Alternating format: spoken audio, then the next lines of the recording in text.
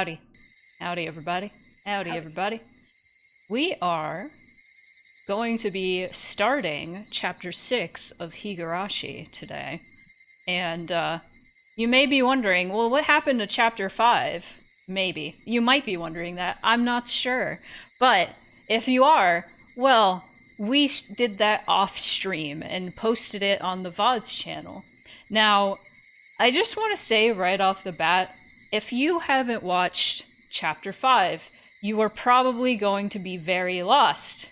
And if you're okay with that, you could chill around, but the moment you say, I have no idea what's going on, I'm going to be like, what the fuck did you expect, dude? You came in the middle of a 160-hour game and This is on you at this point. This is on you at this point. If you are okay with being completely lost, you can chill. But the moment you're like, oh, I'm so lost, well, I'm not going to summarize the last 80 hours to you. I'm sorry, that's not possible. That would take about 2 hours for me to succinctly summarize everything that has happened the past 5 chapters. However, I feel like it's only fair to quickly summarize the Chapter 5. Yeah, very quickly, because it was very dense. It was very dense. It was incredibly dense. Chapter 5 is a retelling of Chapter 2 from Questions arc from the perspective of Shion. And it takes place half before our main year and half during. Yeah, we get to finally meet Satoshi, who has been like this enigmatic character up until this point. Enigmatic, is that the right word? You know. Yeah. Yeah. Satoshi we've only heard about. Satoshi is like Satoko's older brother, who protected her while they were being abused. And he had a bat. And there's a few key points I'm jumping all over the place here. Few key points. One of which that stood out to me is we get to overhear this phone call with Satoshi and Shion, who he thinks is Mion at the time, right? And he's like, hey, watch over Satoko for me at the Watsunagashi festival. And she's just like, okay, I'll do that. If we recall, there was a point in, was it chapter 4? No, 5. No, not 5. 3 with Satoko? Where Keiichi calls Mion and says, hey, can you bring Satoko to the Watsunagashi festival? And she is like, the thing is, Satoshi made the same exact call to me last year. And that was chapter 2. That was chapter 2? Ah. Because that's where all the Shmion stuff is. Yeah, but no, like that was when Keiichi was planning to kill Satoko's, like, uncle. Oh, you're right. Sorry, yeah. I was mistaken. Yeah. So then it was revealed to us that that wasn't Mion on the phone at that point. That was Shion. That was Shion. Both times. So the other, like, I'm kind of jumping around here. So since this is from the perspective of Shion in chapter 2, the other thing we learned was there's a crazy big twist that Shion and Mion... Oh, thank you, Redacted, for the resub with Prime Gaming. How are you? But Shion and Mion love to switch places before Mion ultimately got the tattoo on her back. The big twist here being they had switched places on the tattoo day. So the younger sister, who was originally Shion, ended up getting the tattoo to signify her being a demon on her back. And the older sister, Mion, is now forever known as Shion, the girl that we have been introduced to as Shion and have known as Shion is actually the original Mion, and they tattooed the wrong twin. And that's crazy to me. So the whole ending sequence to chapter 2, where we find out that did we think it was, we thought it was Mion who was torturing Keiichi at that point and who had Shion in a cage. So that whole end sequence was actually Shion, who we knew as Shion, the actual original Mion, and the girl in the cage was the girl we have known up until that point as Mion, who was the original Shion. This is making no sense, correct. Probably. It is very confusing, but here, So Shion, or the girl we have known up until this point as Shion, was the one who was killing everybody in that chapter, yes, and using Oyashiro-sama's curse as an excuse to get away with it. So Oryo was killed by her on accident, actually, by her stun gun. She didn't intend that. She threw her down the well. And oh god, Rika was killed by her. Rika actually came. No. Wait, what happened? Rika killed herself. That's right. Rika came to kill her. Essentially, came to inject her with the serum, and Rika ended up killing herself, and then she threw her in the well, and then she went and hunted down Satoko to tie up any loose ends, killed her, threw her in the well too. Who else did she kill? Probably Keiichi. Keiichi. Keiichi died of a heart attack, right? Died of a heart attack. Yeah, probably from fear of the Shmion under his bed. Oh god, what? So she ended up. Okay, maybe you can fill in the blanks here, because like, sure. She ended up leaving her apartment to go try to kill Keiichi. Like, she stabbed him, right? Shion did. Yes. She intended to kill him. She stabbed him, left him to die. He didn't die. His parents found him and they took him to hospital. He was okay. And then he died of a heart attack later. Yes. And in an attempt to get back up to her apartment, without using like the main door and stuff, she almost climbing like the fire escape, and she fell and broke her back and cracked her head open and died. Cracked her head open. Yep. She sure did. And wasn't she like because Mion died, right? I'm trying to remember. Yes. Because it's been a little bit.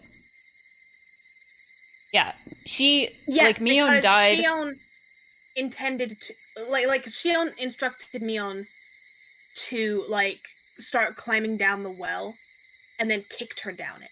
Oh, that's right. Yeah. And she fell. Yeah, and then she felt like haunted by Mion after that, and so she was like talking to herself, talking to the quote unquote spirit. Full psychotic break. Yeah, so that explains, like, in chapter 2 how people overheard her arguing. She was just arguing with somebody who wasn't there, somebody who died. Are there any other like things that were happening in that that happened in chapter 5 that I'm missing that's important? Like, it's worth noting that this all came about because Satoshi went missing, and Shion and Satoshi were very much like on their way to becoming an item. Yeah, they were very much in love. She was very in love with Satoshi, who's like the opposite of Keiichi, and he's perfect. He's my son in every way. I love him. So like he goes missing for like a year. She spends that entire time, which no like 15-year-old should have to do. That should be the responsibility of the police and like other people in power to be searching for missing children. But it kind of fell into Shion's lap because nobody else seemed to give a fuck. Exactly. Yeah. And there was also And this whole like deal where Shion could like quote unquote like feel Satoshi's spirit and like what he was like saying and talking about. Um whether or not she act like that was actually like Satoshi's presence or something else's presence, or if that was just a hallucination. Not sure. mhm. Not sure about that actually. And that presence did manifest as they were in the ritual storehouse, and Shion heard what sounded like we saw this in chapter 2. She asked Keiichi whether he heard like what kind of sounded like a child jumping up and down really angrily On the in the floorboards, ritual yeah. storehouse. Hmm. But like Keiichi was like, I didn't hear anything. What are you talking about? What are you talking about? But we got to hear it, and that's what it sounded like. Yeah. That's what it sounded like. Hmm. Okay. That's a pretty good like overview glean. There's a lot of details that we're obviously going to miss out because otherwise we'll be here forever. Oh yeah. No, Um, it only took us like I don't know 10 minutes. That's not that bad. yeah. All So right. if there's other shit that you want to know about and we're not covering it, suffer. Watch the episodes. Suffer. There's also VODs. Yay. Enjoy the 80 hours over the past 2 years that we have been streaming this. It's gonna be exciting. Now, this is also the first time with my new model that I'm doing Higurashi. Yeah. That's exciting. You Oh, look wow. Thanks. God, I look got... like I've looked for like a year. Yeah. Eventually, I gotta make new PNGs for people. Because No, I you look don't at them and I have to. go, Not for me, at least. I'm like, I need to make a new one. Ah! But I look great. Look at my chain. I'm so cool. You're so cool. Okay, as an aside before getting into it, I had one person comment on my new model, like, I don't know how to say this without sounding weird, but I like the teeth. And I'm like, thanks! I'm so happy! Yay! They're not as anime as they were before, which is fine. Just like I wanted to look like an animal. An animal. Welcome to Sumi Horoboshi. This is my favorite chapter. Yippee! Atonement chapter. How's your reasoning toward the truth coming along? The next tragedy is ready for you. Enjoy. This is a humorous story with a tragic struggle at the end. The difficulty is 0. You can just enjoy the clowns milling about. That's beautiful. Also, chat, let me know, obviously, if anything is too loud, or the game is too loud, or Cal isn't loud enough, or I'm too loud, or... If I'm not loud enough, I can scream! Yeah, that'll be fine. Also, get my big-ass ears out of the fucking text box. No! You're fine! What? Alright, hang on, let me my ears were covering the text box pretty bad. Hang on. Where are you? There you are. Is that good enough? I might need a little further. Meh. That's probably good. I guess we'll see. Yeah. I guess we'll see. Let's see. Okay. Yeah, as always, and... do the prompt choices, yeah. There you go.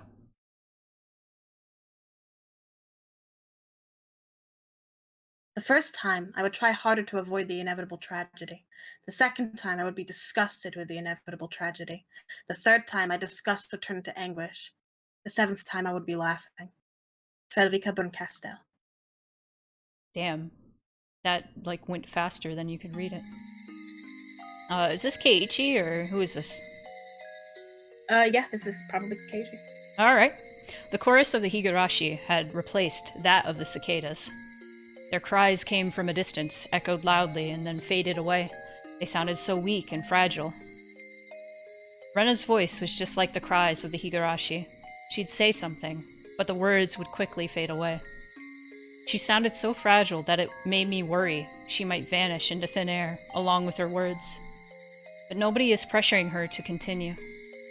Mion dusted off the hood of an abandoned car and sat down on it as if to show how relaxed she was. She actually did look very relaxed, as if she came here to enjoy the cool breeze of the evening or something. Satoko followed Mion's example and sat down as well. She didn't look nearly as relaxed, however. I thought about following suit, but it felt rude to look away from Rena even for the short time it would take to look for a place to sit down, so I decided to remain standing. Rika-chan didn't sit down either. But she wasn't looking at Rena. Everybody else was looking at Rena, but Rika-chan was looking at the red sky. Bitch, that's orange. Rika-chan's expression was hard to describe. She looked pale and blank at the same time, as if all of her emotions were gone. Rena wore the same kind of expression. She kept trying to say something, but it seemed like the words were stuck in her throat. She noticed Rika-chan was looking at the sky, so she decided to look that way as well. Mion did the same.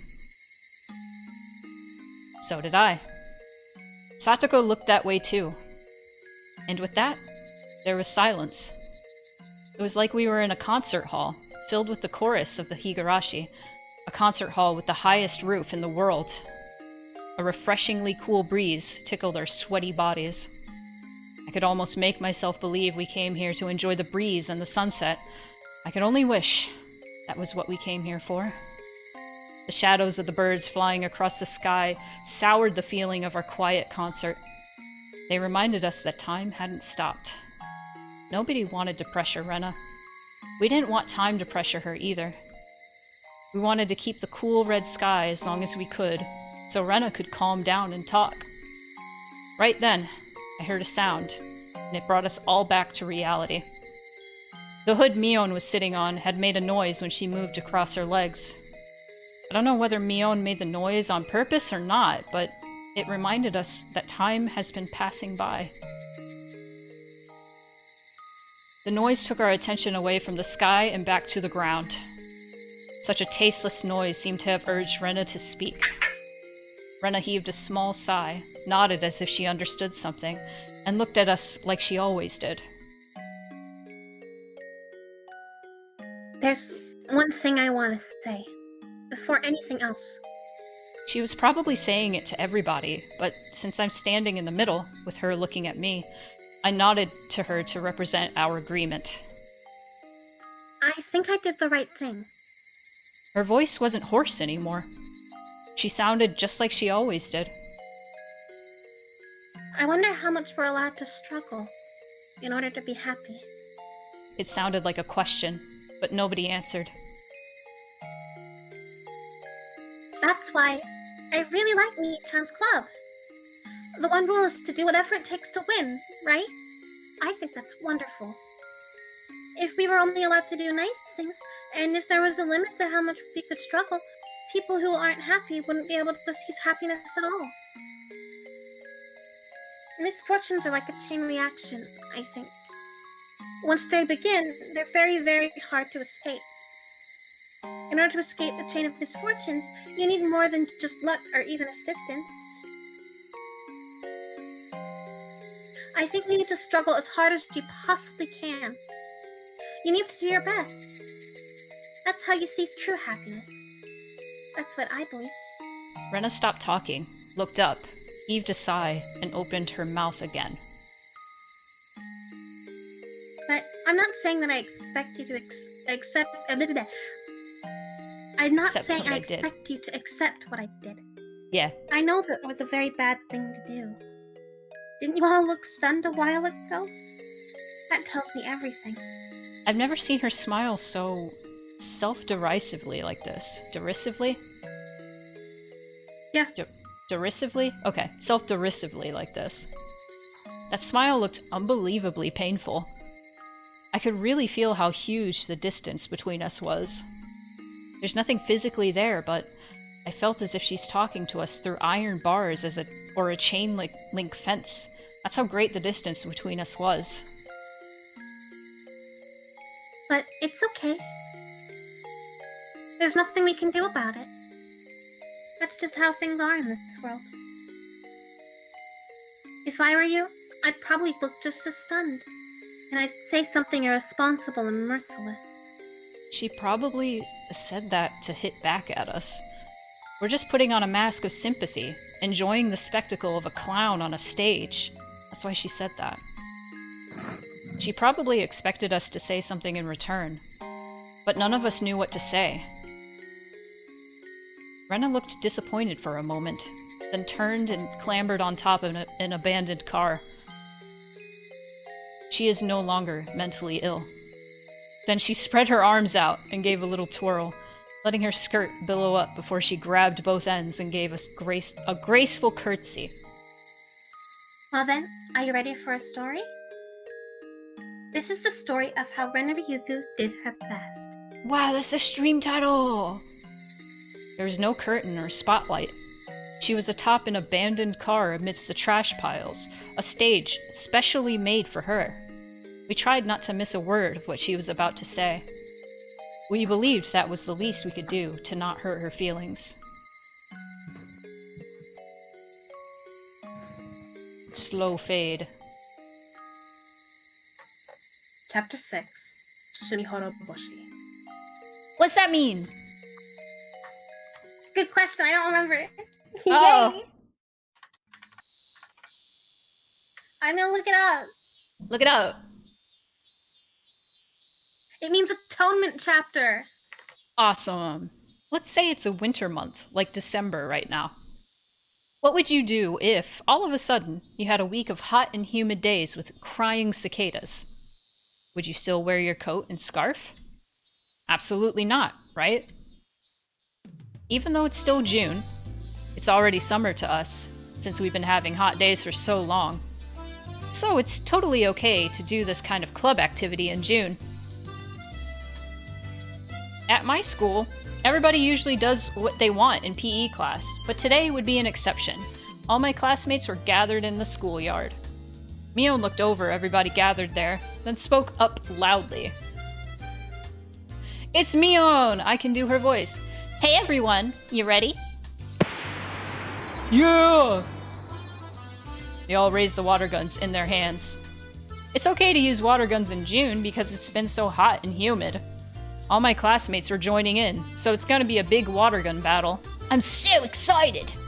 I don't know why I'm British suddenly. It's so exciting to do a club activity with everyone from class. Yeah, it's gonna be so much fun to play outside with everybody together. It's going to be fun for them, but we have to be serious, because we can't lose. Well, yeah, for us club members, every game comes with a risk. Exactly. I look forward to the punishment our more careless members are going to suffer. Good luck, everyone. I'm so pumped! Everybody, listen up. Did you all check your guns? Are your tanks full? Okay. Oh, was that Tomita? I think so. We change it like every chapter. We change it every chapter. We're all ready, my Bara-san. We're very good at gun battles. I am a child. Tomita and his friends play with water guns a lot, so they might have an advantage.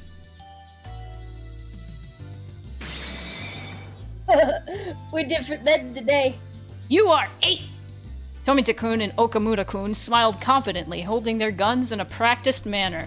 Their skills must give them confidence. They even look different. As we all know, Mion is going to be a tough opponent, but I think Satoko and Rika-chan could be too. What about you, Rena? You can move fast, but you could end up being their target as well, so be careful. You've been losing a lot of games lately and taking most of the punishments.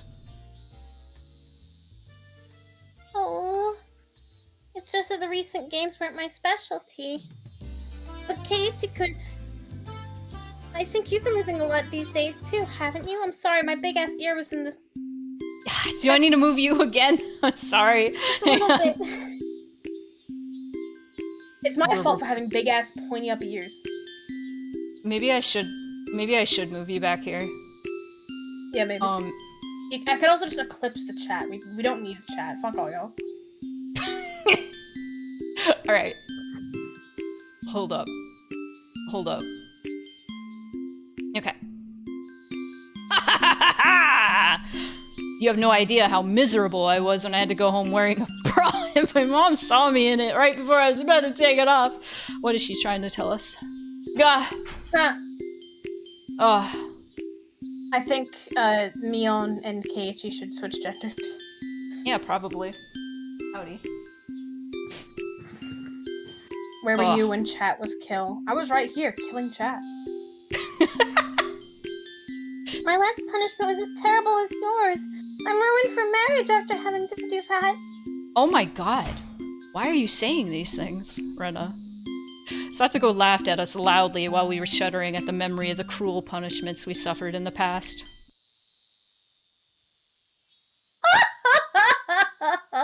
You've been low on both luck and spirit. I can't fucking read today. You should have just left it at blah, blah, blah, blah. I know, like that fucking kid from Ghost Stories. Exactly like that kid. I know why you've been losing so frequently. That's because, you see, you're both losers. So rude. She's right. Once you get to... What? Ha! That's it. That's the line. Once you get used to losing, you can't stop. Once you ruin a line, you can't fucking stop. After all those losses, your fighting spirit fades away. When you can't believe in yourself, nothing goes right, even if you're doing the same thing as everyone else. You! Haven't you realized that Rena and I took those punishments on purpose because we wanted to spare you that fate? You should be thanking us, not calling us losers. Oh, is that so? I'm very sorry for not thanking you enough then. Ugh, Satoko. Just added oil to the flames of my rage. I'll make you regret what you just said. That's the spirit, Kei-chan. This old man hopes you can at least last long enough to serve as entertainment. Fucked up thing to say, Mion. Rena, you too. You'd be embarrassed if you were the first one to get shot. But I'm pretty sure that's what's going to happen. I too think Renaissance is going down first. Prepare yourself for a bad time. No. Oh. Mi-chan, Satoko-chan, you're so mean. Rena and Keiichi, go for it. Yay! I read that weird. Rena and Keiichi, go for it. Yay! Wait, no. Fluttershy. Yay! There we go. There we go. The game sounds loud to me. I don't know if it sounds loud to anybody else, but... It was a touch loud to me, but I couldn't tell if that was just like my Discord settings or whatever. I'm turning it down a little, but chat, let me know if it's too quiet. Okay.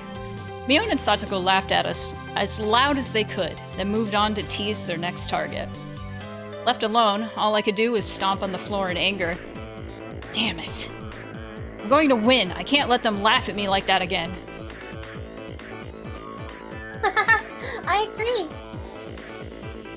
It feels bad to have them laugh at us like that. It's not only how it feels, it's also how they step on my pride. Damn it. Like Mi-chan said, it might be true that you can't stop losing once you get used to it. That's why I have to win today no matter what, so we can get even. Rena's eyes look different. She's usually a funny and weird person, but I know she has the determination to do what she needs to. When Rena looks like this, she can be a tough opponent. Today I'll follow the first club rule. I'm gonna do everything I can to win. Oh, you sound determined. You sound cool, but also if you've been going easy on them. Also as if you've been going easy on them before. Rena smiled. Or maybe you could have called it a wicked grin. Sure, that's what I would call a wicked grin right there. She's so evil. She was serious. She was serious about what she said. I could tell that from her expression alone. She is so serious. Among all the club members, Rena is easily the most sensible one. The rule of our club is that we can do anything in order to win, but she's the only one who has moral qualms in doing it. That's why we rarely have a hard time against her, except for when she snaps. It's rare to hear her say that she won't go easy. Damn it. When you grin like that, you leave me no choice. I have to be super serious about this too. I always have to fight with all I have in our club, but I believe there's a time when I have to get super serious about it. Oh. I think today is the time. Is it taking a while for the next, like, line to show up? There might be some No, lag. I'm just blind, and I don't okay. see. There's No, like it's an just... advancement. I see. Indeed. Yes! We pounded our fists together. Usually when we really don't want to lose the game, one asks the other to work together. But Rena didn't ask this time, which meant that she was going to try to defeat everybody by herself. No, not try. She was going to do it by herself. That's a weird way to break that up. Rena looked really cool at that moment, but I wasn't scared. If she was seriously going to do it, I'd have to be serious and do it too. My fighting spirit had been dented after many losses, but it had begun to burn hot once more. You look good too, Keiji-kun. You're even scaring me a little. You look like you're going to defeat everybody all by yourself. I know that's what you're going to do too. That means we're going to fight against each other at the very end. We would if we defeated everybody else. I hope you'll be the last one I have to fight against. This feels like foreshadowing. Yeah, me too. We pounded our fists together again. Does everyone remember the rules? You have to call it out when you get hit. Once you're hit, you can't shoot anyone. Even if you did, it wouldn't count. Mion, I'd like to confirm the definition of being hit one last time. Mion's just like, when somebody shoots you with a water gun, you're hit. Yeah, no shit. I'll break it down more for you, K-chan. K-chan.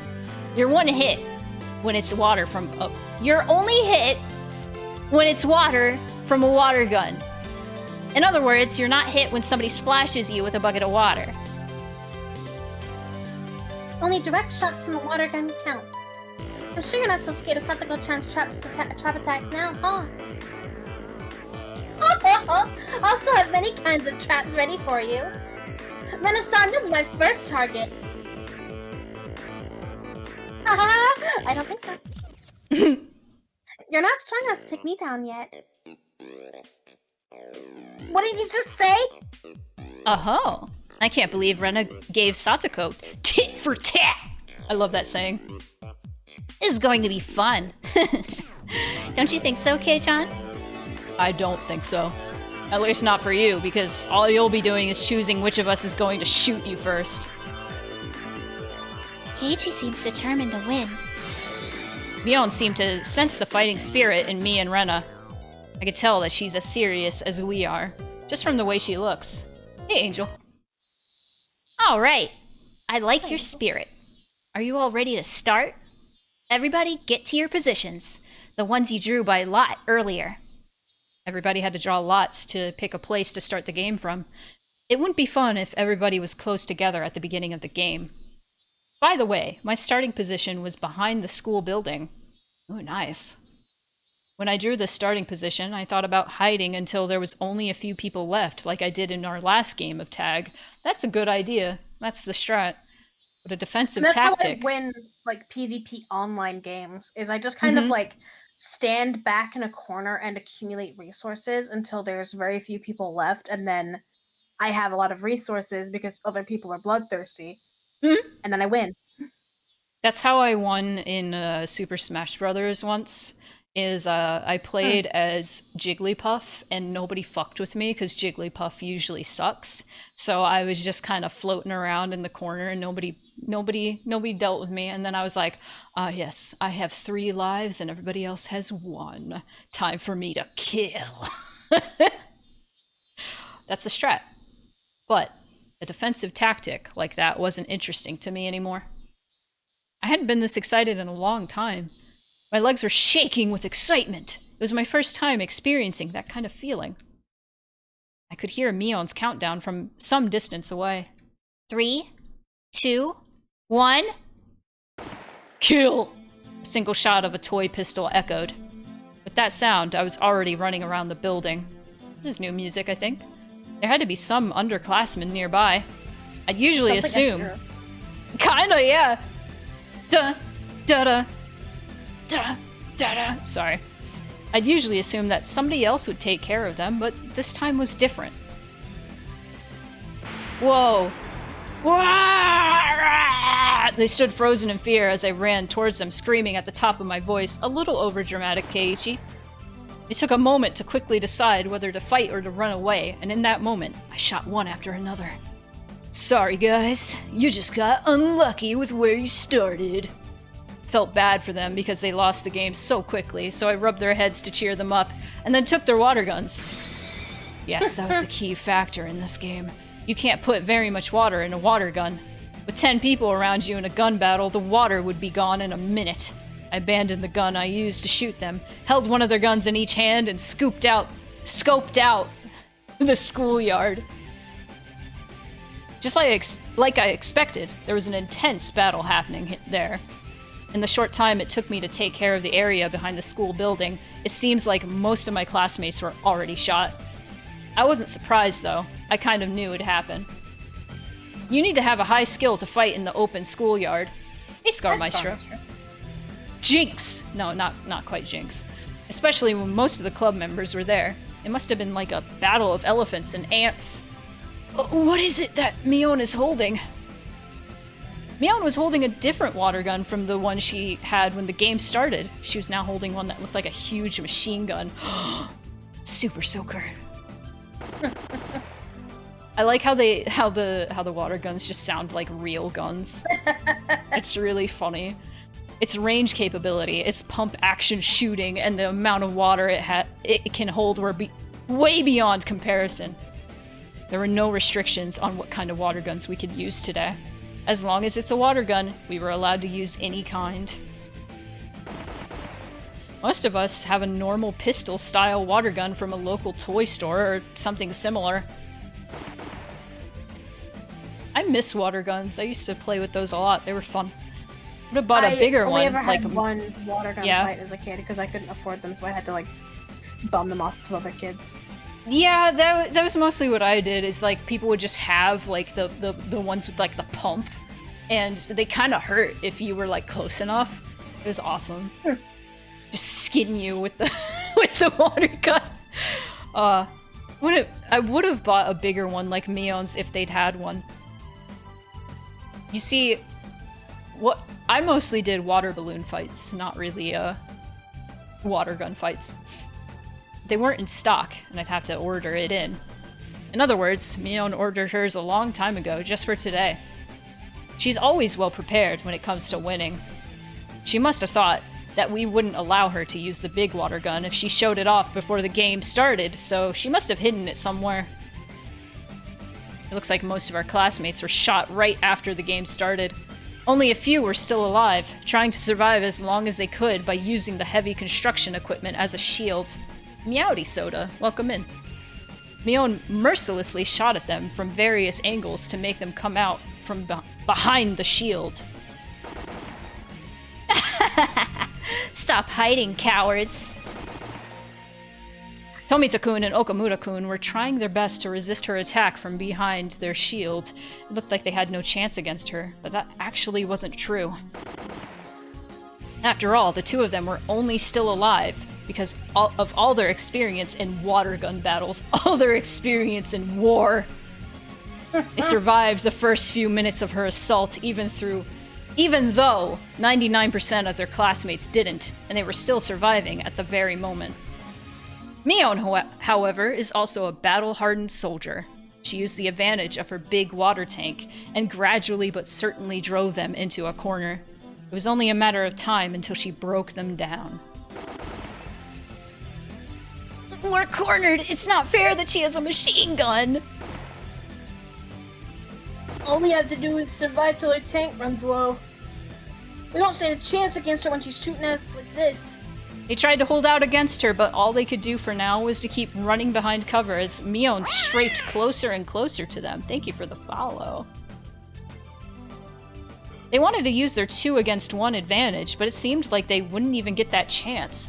If they tried attacking recklessly, one of them might get shot, and then the other would have no chance of winning.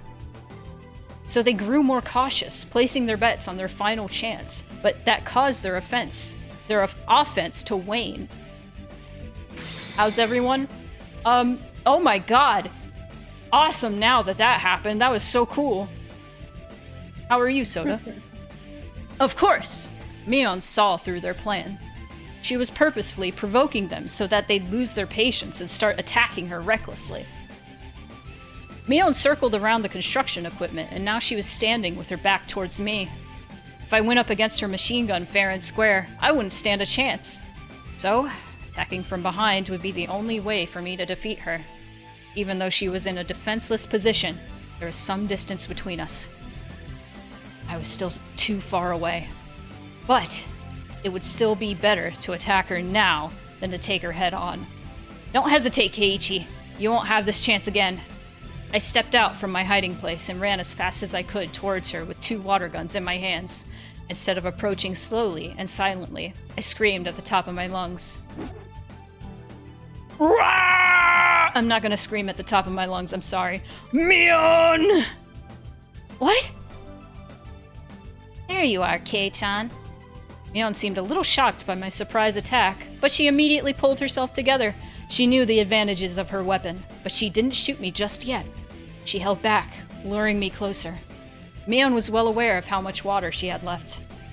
If she had the same kind of water gun as me, we would have had the same range capability. So it would have been down to our technique to decide the winner. If she was fighting against one of her underclassmen, she could have defeated them easily. Mion immediately calculated her chance of winning against me and figured out that her only chance was to use the advantage of her water gun. She saw the eye of the tiger in me and recalculated her chances of winning in a split second.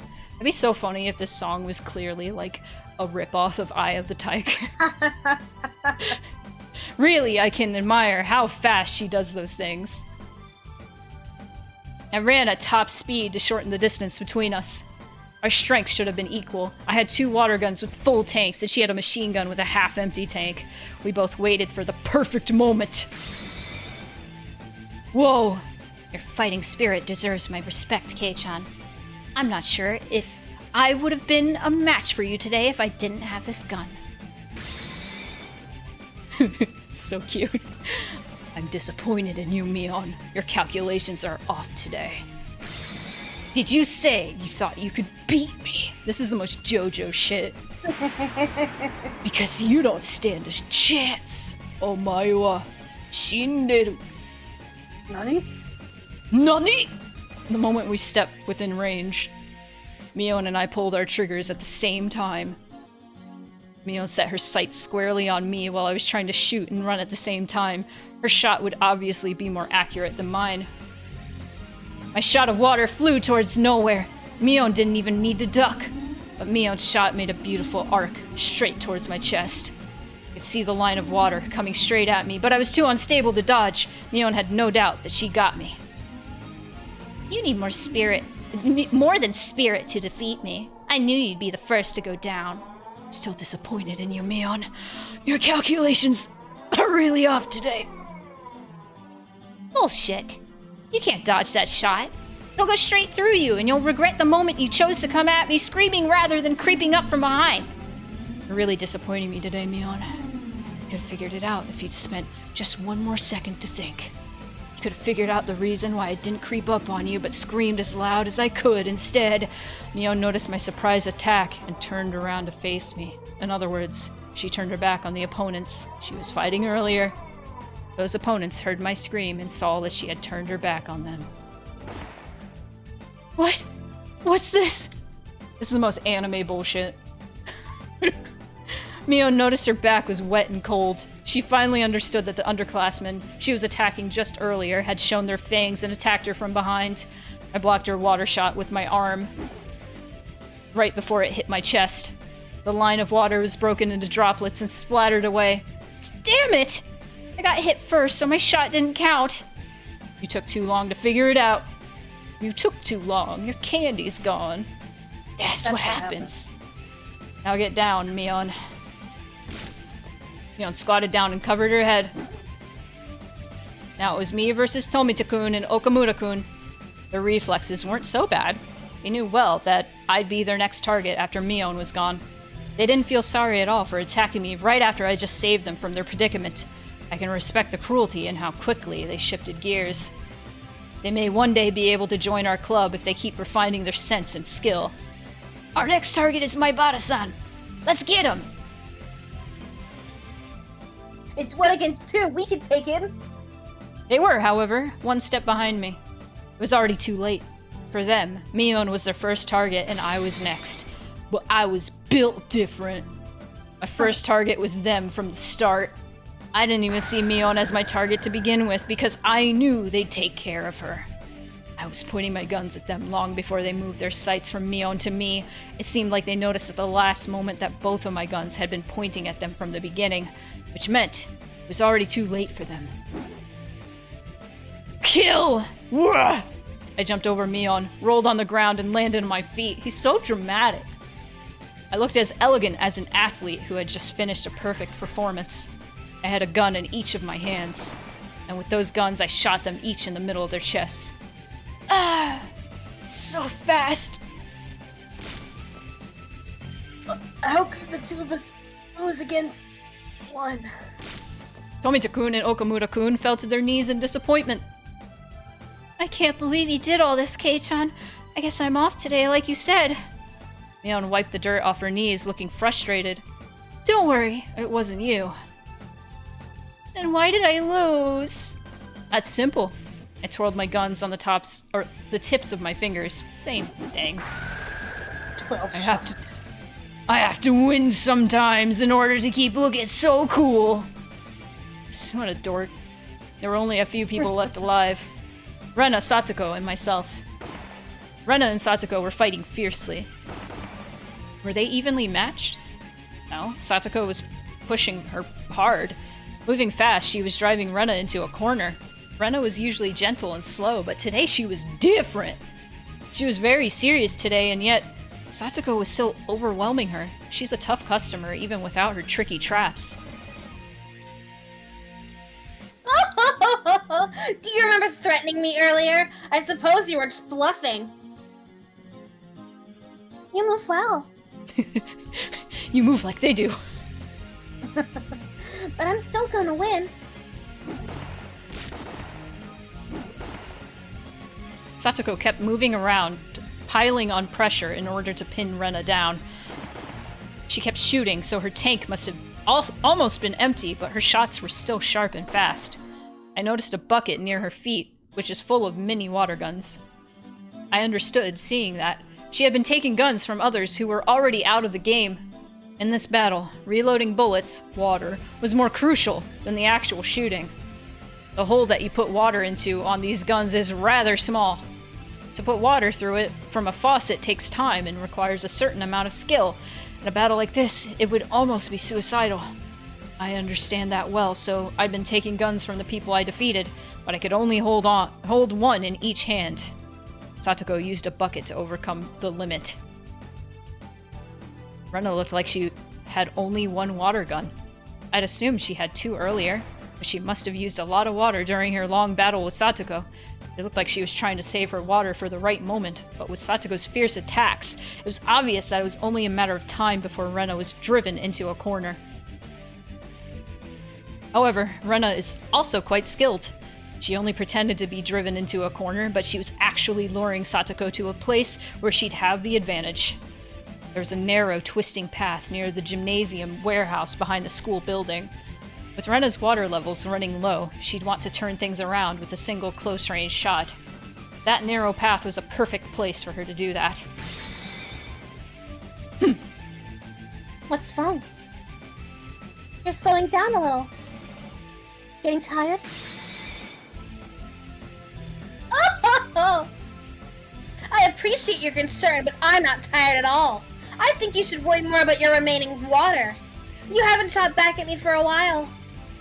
Your tank is empty, I suppose? If you think so, why don't you stop hiding and show your face? I will pass. I'm aware you've been holding on to your last shot. One shot is all I need. I'll be nice and shoot you in the forehead. I want to get your clothes wet after all. I never imagined I could have such a thrilling battle with you, Rena-san. However, with the amount of water you have remaining, I doubt you have enough pressure to make the last shot go far. Satoko was right about that. Rena had just enough water to make one last shot. As the amount of water left in the tank dwindles, the range of shots you can make shortens. That makes the last shot the shortest and weakest of them all. Regardless of her absolutely disadvantageous situation. I think that's how you say that. Rena didn't look frustrated. That's such a difficult word to say. You could tell she had no intention to lose. It was almost like she didn't even see Satoko as a threat. You picked a perfect location for yourself, did you not?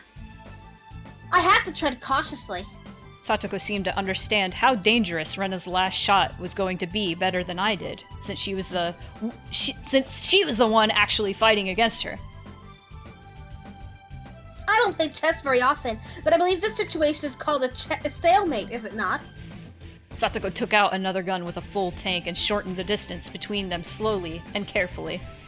A gun with a full tank doesn't only have a long range, it also has enough power to make shots more accurate. If they shot at each other in a frontal attack, Satoko would have a 99% chance to win. Even so, Satoko was still afraid of Rena's last shot.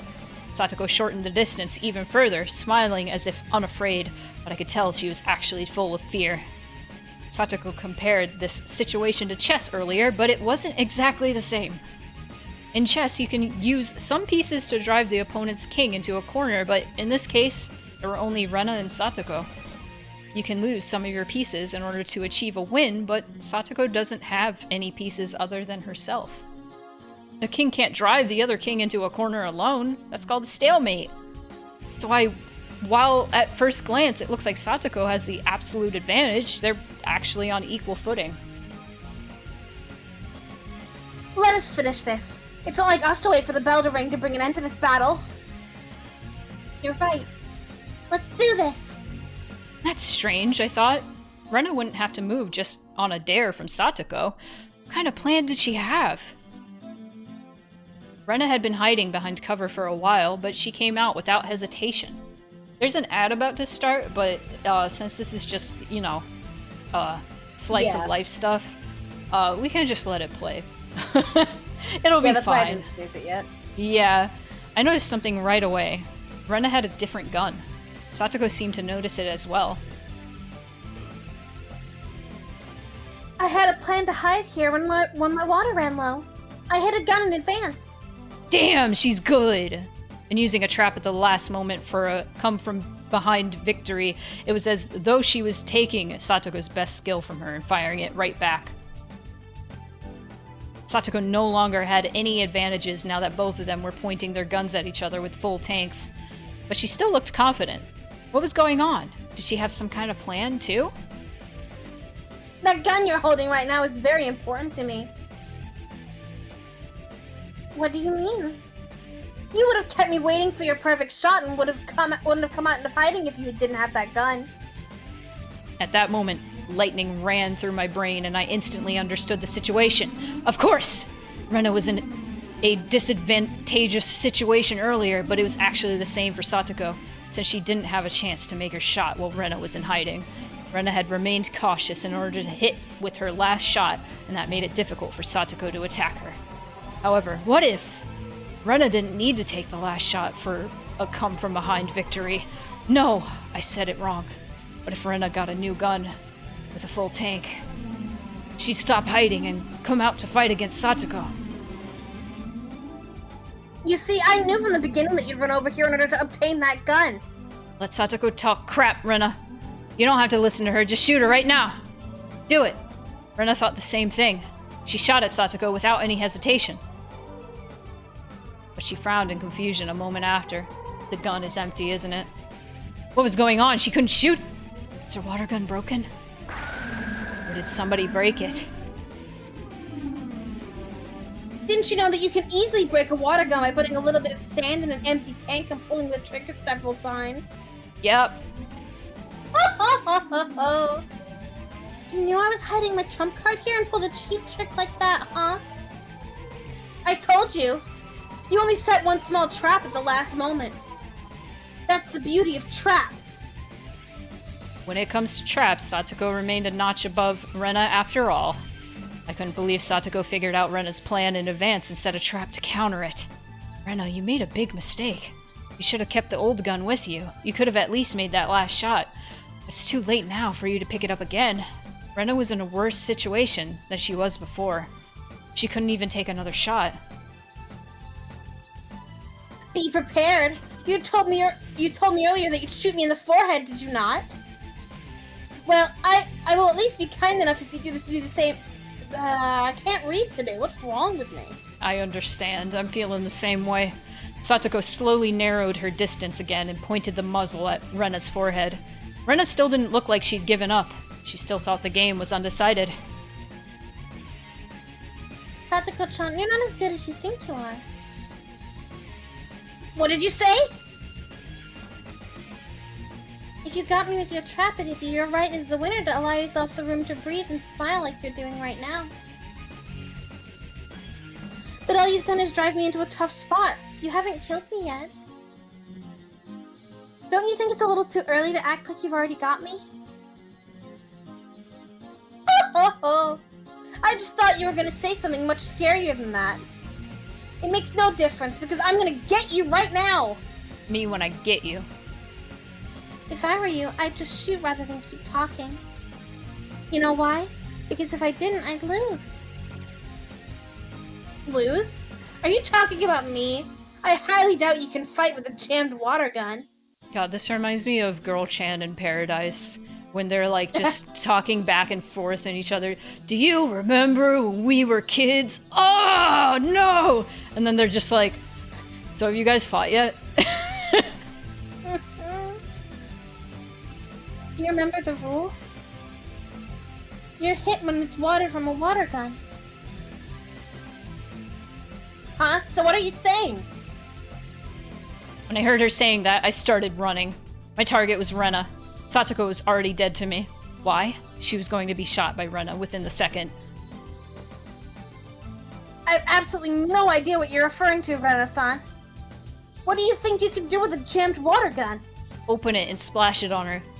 As long as I have water in my gun, I can still fight.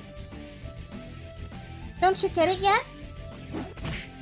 Rena raised her broken water gun up high and smashed its handle on the wall of the school building as hard as she could. The plastic broke easily and water flowed out of it. As long as the water from the gun hits you, you're dead. It doesn't matter where the water comes out. Rena was right. She just saved herself by thinking it through. If she was using a real gun, bullets would have come out from one end of the gun. But this was a water gun. She could make her bullets, water in this case, come out from any place, not just the barrel of the gun. What? Satoko finally realized that she was standing defenselessly in front of Rena. Satoko's trap was successful, but she overestimated its effect. She should have just shot Rena without hesitation before Rena noticed her new water gun was jammed. She was going to fail because she had grown overconfident of her victory. A second before Satoko pulled the trigger, Rena swung her water gun as if slashing Satoko with a sword. Satoko fired her bullets, but it was too late. A second before Rena would be shot down, a blade of water hit Satoko in the face. No, not hit, it cut her face open. She's dead. Your endgame wasn't good enough. I can't believe I lost! Rena ran towards Satoko, who was standing still in shock, and took her water gun. Rena knew I was her last target, and that I was running towards her. Rena! Rena, using her superior mobility, began to duck and weave. They're like Naruto running at each other. We were evenly matched. Neither of us neglected to make any effort possible to take advantage of the situation. I knew it'd end up being a one-on-one battle with you. I knew you wouldn't disappoint me. I'm seeing you in a new light today. I didn't know you had the guts. Oh, they're not Naruto running. I'm sad. Rather than a new light, I'd like you to see me in a romantic way. Whoa, that's gay. I can try if you let me win. No thanks. We circled around the construction equipment, trying to take shots at each other. We were both sweating like crazy, but I didn't feel tired. Big drops of sweat tickled as they ran down my body. Kill. Rapid bursts of water flew across both of our paths. Neither of us had the advantage or disadvantage. I didn't feel elated that I might win or frustrated that I might lose. I was just enjoying this battle with Rena. It was like a dance that I couldn't dance alone. A dance that I could only dance with an opponent. Rena sure is sharp when she gets dangerous. It's giving me chills. Keiichi-san is good too. He's evenly matched with her. I can't tell who's going to win. Did Rika just lose immediately? In fact, none of the observers could tell who was going to win. Neither could we. We had no idea who was going to win. We had no idea when this battle would end. I didn't know why, but it was great fun just to fight against Rena, and I didn't even care whether I won or lost. In fact, I never even wanted it to end. As we fired at each other, both of our tanks emptied, shortening our range. Inevitably, it became more and more like a melee than a gun battle. We fired our water guns as if trying to cut each other with blades of water, swinging the gun like a sword. We both came up with the idea to swing the gun hard to generate centrifugal force. That's how you say that, right? In order to increase the range of our attacks. There's so many words that I don't use often that I'm like, how the fuck? I dived to duck her shot. I rolled on the ground and landed on my feet. I ducked her shot again and swung my gun like a sword. Who could have imagined that our club's water gun battle would turn into a one-on-one close combat like this? Absolutely nobody. Shout out to the fan game Pokemon Closed Combat, by the way. It's a Pokemon fighting game. It's really good. Ooh. Isn't there a Pokemon, like an official Pokemon fighting game? Pokken? Yeah, Pokken. It's just Pokemon Tekken, but this is like a 2D fighting game. It's like... It's kind of like Melee, I'd say, is what I would like in the fighting most like. Hell yeah. Exciting. Rena. Laugh. There you go. Oh, you think so too, Rena? You too, Keiichi-kun? We're both breathing hard, calculating the timing needed to take a closer step, and then we both grinned wickedly at each other. This is so fun. I don't want it to ever end. Don't hate me if you lose! No, never. I'd hate myself for ending this game. But I know I won't be the one crying in the end. I don't know about that. Your feet are getting weak, like they're made of straw. Shut up! Whoa! Wow. They both look so cool. My Abada-san, go! Ryuugu-san, you can get him! I became relaxed enough to enjoy the battle, and finally realized that many of our classmates were watching our one-on-one fight. I barely had any water left. I would have to make the next shot count, or I was done for. Seemed like Rena was in the same situation too. The next shot will decide it. I wish we could fill our tanks and keep doing this forever. Well, people enjoy things because they end eventually. Flowers are beautiful, especially because they wither. I see. That's one way to look at it.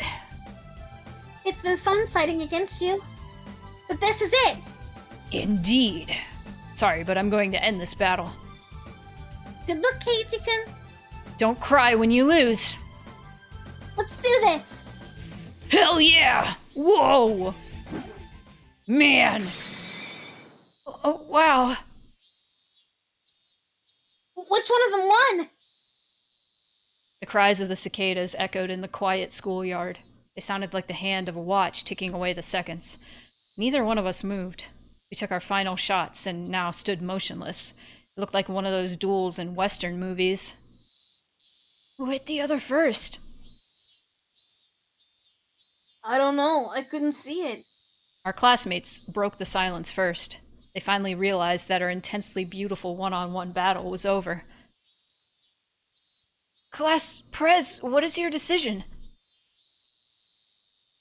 Mion, in turn, realized that she had to deliver a verdict to end the game. But she was just as stunned as the others, and it took her a moment to recover. Mion was taking time to render her verdict. In fact, Rena and I didn't know who won either. My last shot flew fast and splashed sideways as if a blade had cut her chest. I knew that for sure. But at the same moment, Rena's shot hit me in the shoulder. Whoever shot the other first wins. But we didn't know if it was me or her. That's why we stood motionless, waiting for the verdict to be delivered. Did you see it, Rika? I can't tell. Class Prez, who won? Everybody held their breath, waiting for Mion to call it. Rena and I kept staring at each other. The spectators were the only ones who were interested in who the winner was. To us, it wasn't that important. We had a great battle. We had both really wanted to do better than the other. We both wanted to call it a tie. For this great battle, settling for a tie would be the best and most proper option. In other words, this one-on-one fight wasn't a battle to decide the winner. Seems like everybody is thinking the same way. Me? Yeah. You can't move if you don't deliver a verdict. Ah, that sounded like Mion. Yeah. Mion hates to settle for a tie because she loves to draw a line between superiors and inferiors. What a jerk. She tends to settle for a tie when deciding who is the loser because it's more fun to have as many people as possible suffer the punishment, but she's never settled for a tie between winners before. Mion holds a special feeling towards the meaning of being number one. Everybody continued holding their breath, awaiting her verdict. Please make it a tie. Everybody wished for that in their hearts. Mion was hesitating to make the decision. She could have chosen a winner more easily if one of us did even a little bit better than the other. Well, but even if one of us did a little better than the other, I feel like nothing fits better than settling for a tie. The two of you did, great today. Mion finally started speaking. Kei-chan and Rena, you showed us significant spirit and skill today. The explosive power you showed us was so beautiful that it's beyond even the highest praise I can ever give. It's very difficult for me to decide who the winner should be after watching such an amazing battle. Then you mean we have two winners? I don't like to have two winners. That's not really the point of our club. However, they were both so good that it's very hard for me to decide who was better. So, I'm going to call it a tie for today. And they'll have another battle some other time to decide the winner. I expected she might settle for a tie, but I never thought she'd make us have another battle. My Bada-san, you were awesome! You were so cool! Ryuugu-san, you gave me chills! It was like, you set our hearts on fire! The classmates rushed towards us and praised us for showing them something that cool. Rena and I were finally released from the tension of battle and dropped to our knees. Too bad. We tied. Yeah, I can't wait for our next battle. Can you give me your hand? Of course. I was going to ask you the same thing. We both smiled at each other. It was the first time we ever hit it off like this. That aside. She's pulled a fast one, hasn't she? Huh? What do you mean? Mi-chan's trying to get away without suffering the punishment while we're distracted. She was just trying to sound cool, but the main reason she delivered that verdict was to protect herself. Yeah, hey! She's running away! Looks like my guess was right. She's so obvious. The bell rang, a sign that class was over, while we all laughed at Mion. After that... Good job out there, you two. Here, use this towel. Rika-chan held out a towel, a big smile on her face. However, Rena and I stepped back and pointed our water guns at her. Me? I was already shot many times. I told everyone I was already hit, but nobody believed me. Rika-chan was soaking wet. Well, nobody believed her because she really could be that sneaky, pretending that she was hit in order to stay in the game. It's your own fault that nobody believes you. Sometimes it's hard to believe anything you say. Me. Everybody is so mean to me. I'm just imagining the meme. Everybody's so mean to me, Nipa. I feel lonely. No! I'm lonely like a poor kitten crying in a cardboard box because nobody wants her. She was born in a wet paper box all alone. Me. Oh no, I knew Rena was gonna be a freak about this. Boom. The sound came from Rena's head. Saw a circle of smoke coming out of it. Rena must have pictured Rika-chan meowing like a cat in a cardboard box because she's a fucking freak. Oh! Rika-chan is an abandoned kitten. I'm taking her home with me. Ouch. Meep meep. Like Beaker? From the Muppets? Like, didn't that detective say that in chapter 4? Like the Muppet? Yes. Boom! Rena, you're ruining how cool we looked earlier. Rena was back to her normal self and jumped on Rika-chan like a chameleon. What kind of fucking analogy is that? Like a chameleon capturing its prey. Okay, Rika-chan struggles to get away. Come on, everyone, get back to your classroom now.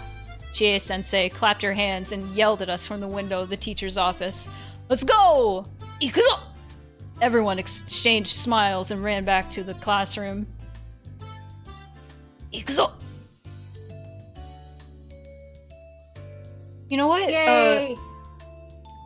I realized the other day, Keiichi reminds me of an unfortunate, or a character from an unfortunate anime. I think I've told you about it. He reminds me of Sakura from Dokuro-chan. I do not know it. It's bad, but it's one of those things where it's like you could tell that they are being like over the top with all their anime tropes to make fun of otaku, but it has the reverse effect. Right. You know what I mean? So it's one of those shows. And Sakura-kun looks just like Keiichi and is also a gross child, like, pervert in the same way Keiichi is. Okay, that sounds weird, so don't take that out of context the way I said that. Anyway, tips. Tisps. Should we read a tip and then, like, take an actual break? Yes, I think so. Oh god. Thanks for spraying me. Something happened to the game, though, because that presses a key. I forgot about that. I hope it didn't change anything bad. Okay, you want to read this? Since I was doing all the narration. Yes. No, One you're fine, reason I Luca. like my house is because it has good ventilation. As long as there's a nice breeze, I don't have to rely on a fan to keep me cool. I can take down my futon from the windowsill, place my cushion near the open window, and enjoy the cool breeze of the evening. According to my page day calendar, it's June 1983 today. While it was still June, it seemed like summer skipped the rainy season when it was already coming around the corner. This is very abnormal, apparently. Even if it was abnormal weather that only comes around once in 100 years, if it was supposed to come in June of 1983, then it wasn't so much of a big deal. It was inevitable. On the other hand, the sudden evening shower on the way home from school was the more unpredictable than anything else. Every day had been in perfect harmony, as if it was all carefully planned. I felt like something good was going to happen this year. How should I put it? It's like the feeling I get when I roll a 6 on the first throw of a board game and start off with a huge lead. Hell yeah. When it comes to a die, the more you roll it, the more the total averages out. We actually roll the die many times every day of our lives. So it's not like one stroke of luck is a really big deal to be overly happy with. If I roll a 6 on my first throw, and a 1 on the next throw, the total is 7. If you believe in fate, you might say there's a higher possibility of a 1 to come up on the die. But you can never actually tell what number you'll roll. That's what fate is all about. You might roll a 6 again. The chance of rolling a 6 twice in a row is 1 out of 36. But if you look at each throw one by one, there's only a 1/6 chance of that miracle. The glass wind chime Satoko put up yesterday was making a refreshing sound. Wow. Is that Satoshi then? Much to think about. It said it was June of 83, though. So Satoshi had already been gone, right? Mm-hmm. It's true. More than likely, that was Rika. I see. That makes sense. Okay. There we go. We're gonna go take a fat piss. Yeah. Okay, so I just needed to see what the thing said. It says, please let the animation finish. Okay. Let's go take a fat piss, everybody. Maybe run an ad. Alright. Okay, I already have thoughts, even though all we really witnessed was a water gun fight. Absolutely, that was foreshadowing for the horrors that await us. I am sure that is foreshadowing. Nobody confirm or deny that, obviously. For, I don't know, Keiichi and Rena getting into some, like, knife fight or some shit. Machete fight, even. Because that's what she usually has, is it's called like an axe, but it's like a machete. Also, if that tip was Rika, her talking about how the universe or like the world is made up, like we're rolling a die constantly. That is really interesting to me because that makes me think of like the multiverse, like how there's like some weird timeline thing happening, and if you compare that to like rolling a die, and then it creates like 6 different universes from that choice made in that moment, maybe there's some sort of shit like that happening. I don't know. I'm thinking of that one episode of, I think it was The Community, where that pizza gif comes from, of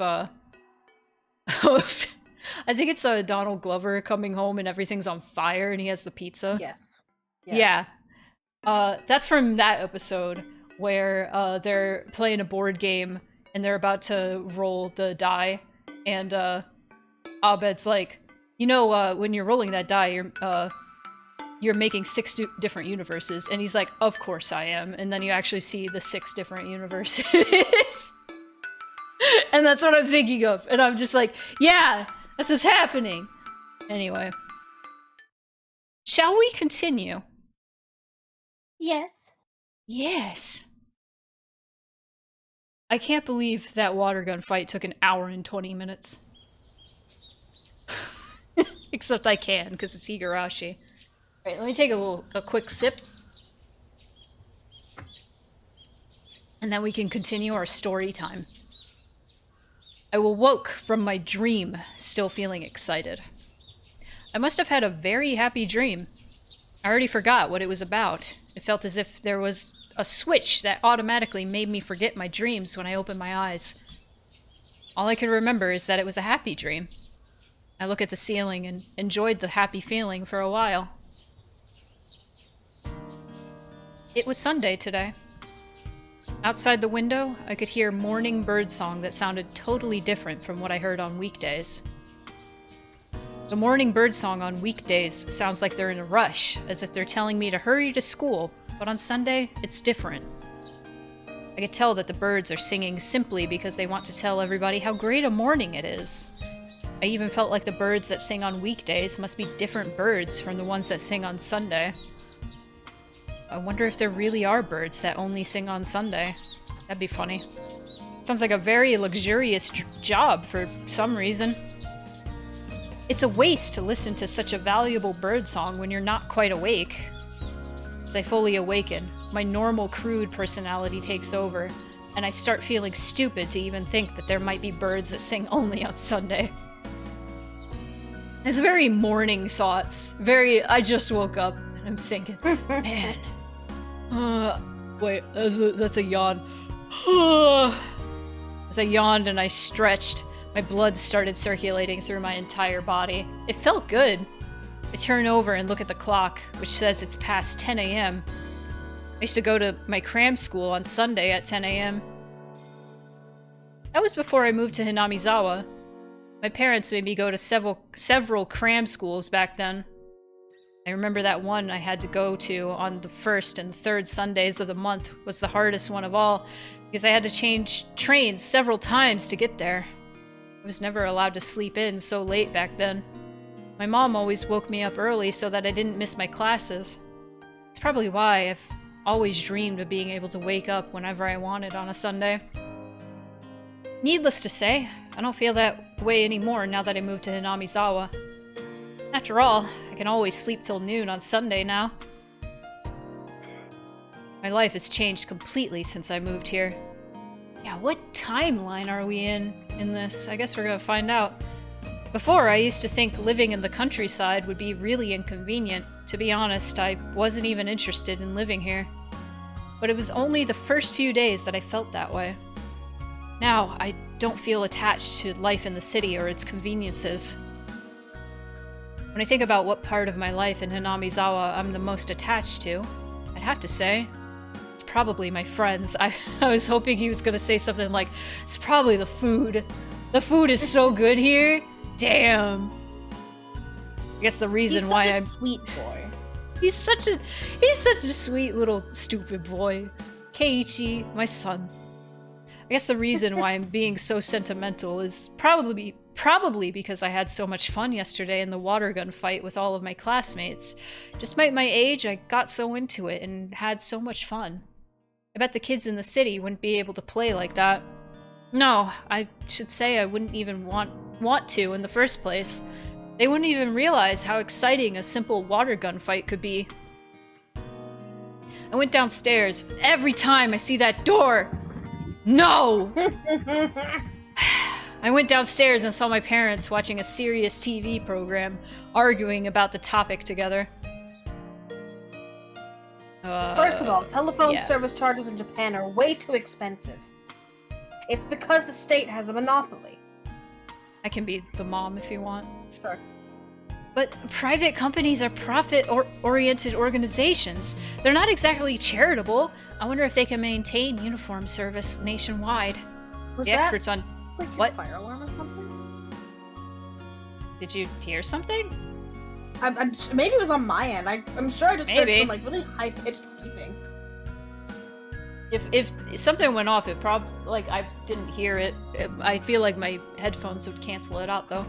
It was maybe it was on my end, like some house outside. I do have the window open. Yeah, maybe. I didn't hear anything. The experts on TV were arguing about the same thing. Seems like there's a possibility the telephone service will get privatized. I'm too young to understand how privatization could make things better, but I can easily assume that people will start talking about privatizing the postal services in the near future too. My parents were arguing about the topic fiercely. They got along very well. Let's put it this way. They get along well, and that's why they argue. I feel that. Like, I don't know, like, I feel like I'm closest with people that I can have a civil disagreement with, honestly. If a civil disagreement is going to ruin our friendship, then we're probably not good enough friends. That's how I feel anyway. I don't remember seeing them get along this well when we were living in the city. This is probably one of the things that got better since we moved to Hinamizawa. A cold relationship between parents doesn't bring any benefits to their kids. Oh, Keiichi, you're up early today. Do you want to eat breakfast? No thanks. I'm going out today, so I don't need anything. Are you going out with your friends? Is it those club activities you always talk about? No, it's not a club activity today. Or, it's not a club activity day. It's the punishment for the game we played yesterday. Someone rang the doorbell. I looked at the clock and noticed it's time to meet Rena. I guess I spent too much time enjoying waking up late. I ran upstairs to get a change of clothes. I quickly changed and ran to the front door. Rena was chatting with my parents. I always feel uncomfortable when my parents talk to my friends. I'm afraid they'll say something embarrassing about me. If they told Rena that I wet my bed till I was X years old or something, she wouldn't wait until Monday to tell everybody in my school, or maybe even everybody in Nanamizawa. Hey Rena, good morning. Sorry for making you wait. Keiichi-kun! Rena and my parents looked at me and laughed. Oh. I said good morning and they laughed. I guess I was too late. My parents must have already told Rena some embarrassing secrets about me. I don't want my parents to tell her anything else, so I put on my shoes in a rush, and pushed Rena out of the house. My parents waved at us, smiling. Have a nice day. Rena-chan, please take care of Keiichi.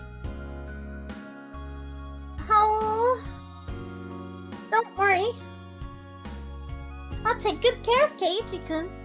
I have no idea why you'd have to do that. I don't need you to take care of me. I dragged Rena away from the house, and we were on our way. We rode our bicycles to the town of Okinomiya. It's a long way away. Thanks for the follow. It's an easy ride to the town because it's mostly downhill. Oh, yay! You didn't even know it did that, and it did that. Wow! Thank you. It's an easy ride to the town because it's mostly downhill. But needless to say, it's a hard ride on the way back. I'm sure that was a wonderful, wonderful surprise for you. Welcome in. I felt like Rena was giggling whenever she looked at me. I badly wanted to know what kind of embarrassing information my parents had fed her before I came downstairs. I tried to give her a new subject to talk about in order to get whatever she heard from my parents out of her mind. How come you're so close to my folks? Well, we are very close, because we talk a lot. When do you talk to my parents? I've never seen you having a conversation. I see your mother a lot at the grocery store. She's there a lot on special bargain and extra point days. Oh yeah, my mom keeps a close eye on those. She sticks notes like that on the refrigerator. They're always all about when and where she can get things cheaper. Whenever I see her at the store, we talk about what we're making for dinner that night and we do the shopping together. A few days ago, she told me that curry sauce was on sale and that she was going to have curry and rice for dinner that night, so I did the same. I remember we had curry and rice the day before yesterday. So you had curry and rice that day too, huh? Yeah. You had pork curry, didn't you? Pork was on sale that day, so your mom and I had both bought some. So when I was eating my curry at home, I knew you were having the same dinner. Oh. I should make a howl command too. Or that'd be cute.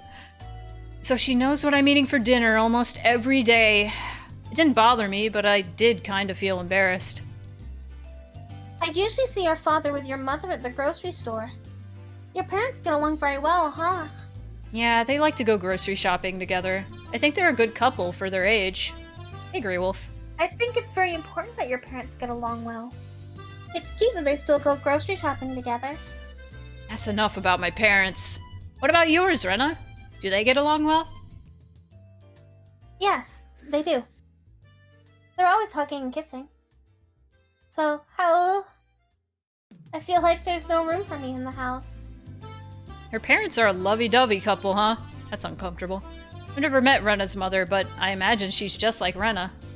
I could easily imagine her mother going crazy about the spot her husband missed when shaving, because it looks so cute to her, like sesame seeds on white rice.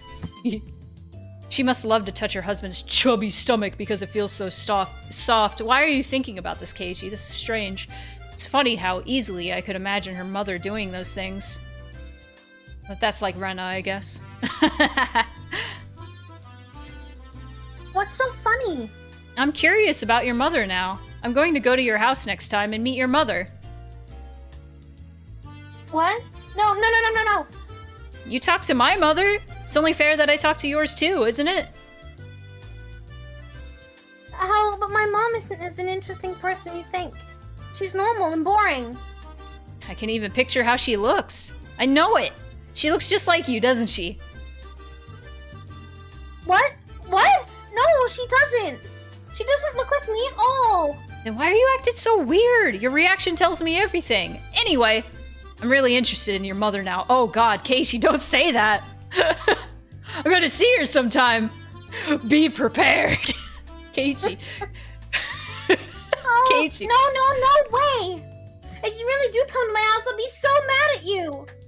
Your daughter has been a great friend to me. No, wait, it'll be more fun if I say something like, I've been seeing your daughter, and I'm serious about her. Oh, if you come to my house, I'll tell Michan and the others the story from when you were little. What? What kind of stories are you telling about are you talking about exactly? Well, the one that I heard from your mother is about when you were 4 years old. And the other one is about the slide when you were 6 years old. And the other one is about when you were... You got me, Rena-san. I'll never get away, or I'll never get within a 100-mile radius of your house as long as you live. Thank you. See, I relate to this because my mom at least tells everybody embarrassing stories from when I was a kid, but I'm like immune to it because I think they're funny. The one that she loves to tell everybody, and I'll share it with chat right now because it's still funny to me. Is she picked me up from my babysitter, and I get in the car and I'm like, Mom, I want a stir dog. And she was like, a stir dog? What are you talking about? I was like, it's a kind of dog. I want a stir dog. And she's like, I don't know what that is. I don't know what you're talking about. And so the next day, I was like, Mom, I was wrong. It's not called a stir dog. It's called a mixed dog. And she was like, oh. No, that's cute though. Isn't it? It's so funny. Like, of course. I like stir dog. It's stir dog. A stir dog. Because the babysitter I went to had, like, just got a puppy. And I was like, what kind of puppy is it? It's so cute. And she said it was a mixed dog, like a mutt. And so I mixed up the word with something else. And you can't blame me because mixed and stir they mean the same thing. in another context, they are very much synonyms, yeah. They are synonyms, yes. So you cannot blame me. I also called my forehead my six head when I was 6 years old, so... You were so ahead of the game! That's like a thing to call people now. I was so smart and so stupid at the same time. Which you could also say that about me now, honestly. Like, I don't know. These are my embarrassing stories that my mom loves to tell about me. My dad, when my friends would still come over, would often, like, try to tell stories about my childhood that he thought was embarrassing, and that he assumed I would also think were embarrassing because it was something silly or ridiculous that I did as a child. And he assumed I'd be embarrassed about that. And he does it actively to try and embarrass me, and that irritates me more than anything in the world. But, like, the things I said and did as a kid, or when I was just younger in general, I stand by a lot of them, because the stuff that he sees as silly was, not to get sad, but, like, my reactions to really intense abuse. God.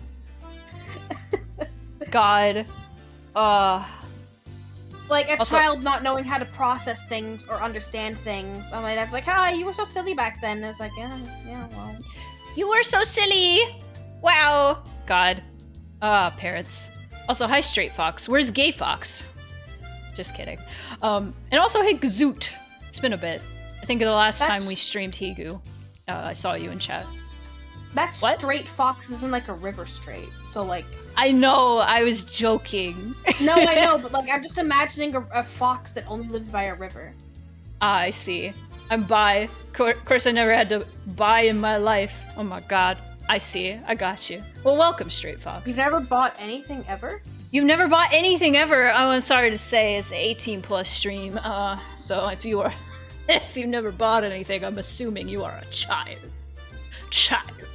I'm just kidding.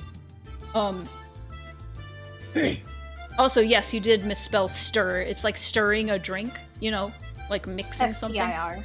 S-T-I-R. Anyway, that was a little tangent. People love the Higu streams for the tangents, so I wanted to make one. Yerp. Yerp. Okay, get Yerp. back in there. There we go. Damn it, Mom! I'll remember this! We arrived at the station. The place we were going today is right near there. It's a restaurant called Angel Mort. I forgot I should give Mort a little angel suit. We're meeting up with the others there. Angel Mort has like a very specific uniform. It's really I need to blue, put but him I in can it. Send it to you. Yeah, It's no, like a I need maid to. cafe outfit. I need to put him in it. Oh my god! I was surprised when I saw the restaurant. It's usually a normal and quiet restaurant, but today there were many people in front of it. My phone was on the desk, so I'm sorry if anybody heard that. I didn't. Cool. They didn't look like they were waiting in line to get inside. It looked more like they were just loitering around. They should just line up and go inside like normal people. Wow. What's going on? Think about it. No, you are being put in the maid outfit. There are so many people here. The restaurant has a big event today. I heard that many people are coming from far away. There's a flag saying Dessert Festa in front of the restaurant. I heard that Angel Mort holds events like this several times a year, and a lot of people come to attend from all over.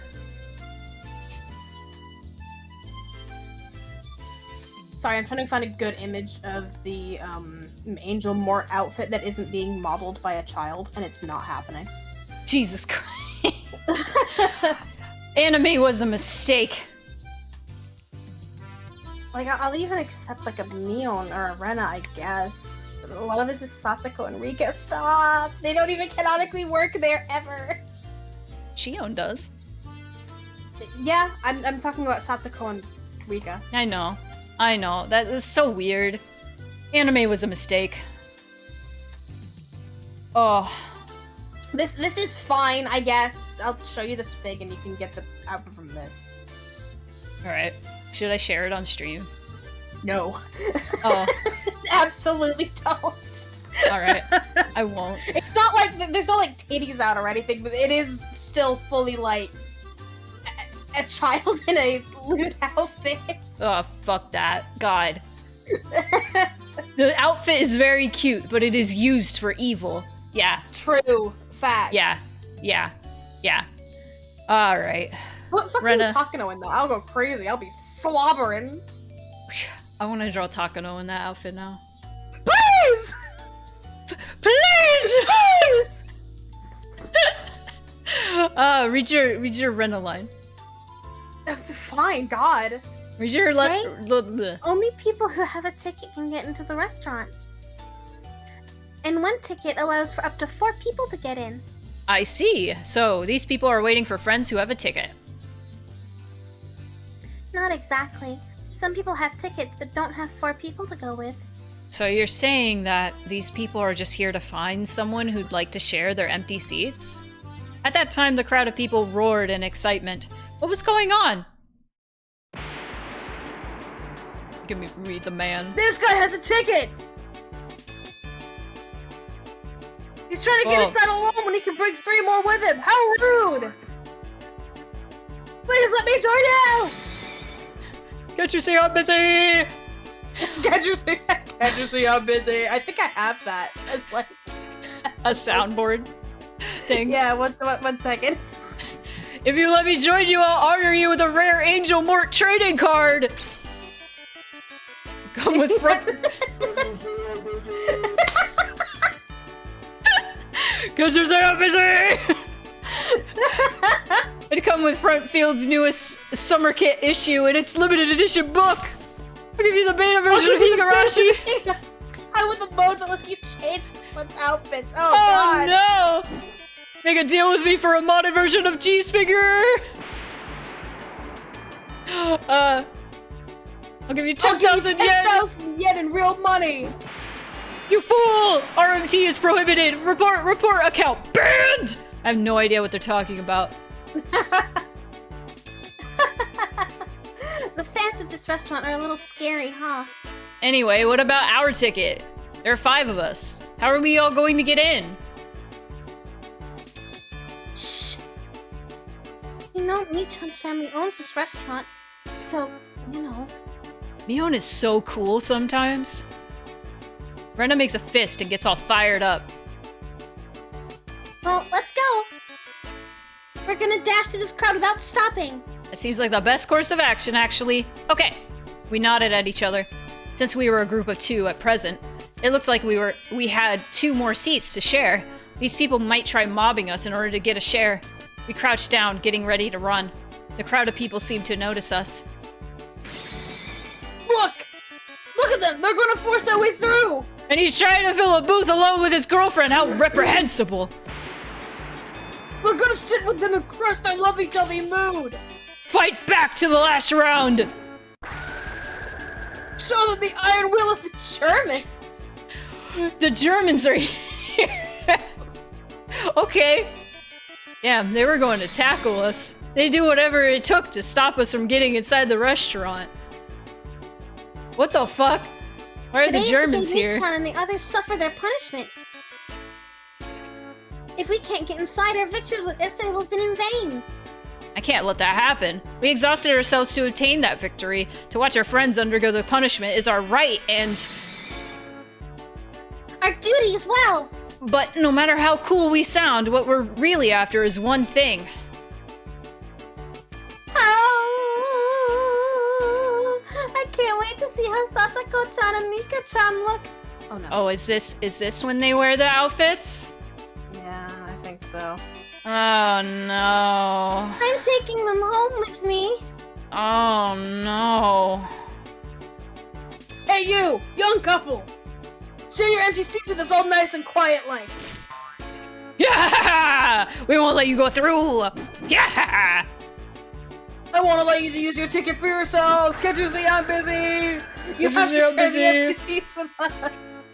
There really is no good way to explain when we keep referencing that video. Sorry, chat. They reached their hands towards us like zombies. They gradually got closer and closer. We were actually taking it easy, though. In fact, I'd say the situation was rather enjoyable. It's like we're still in the middle of the game we played yesterday. Yeah, it's getting fun. Let's kick their asses. Let's go. So true. Yep, roger that. It's a lot easier to fight against them than against Michan and Satako-chan, you know? You know? Indeed. I'd say with even 20 to 30 of them, it's still easier than fighting against the other club members. They don't have enough people to stop us. Great, let's do this! Yeah! Our enemies number about 20 to 30. If they wanted to stop us, they should have gotten 10 times more people than that. Wah!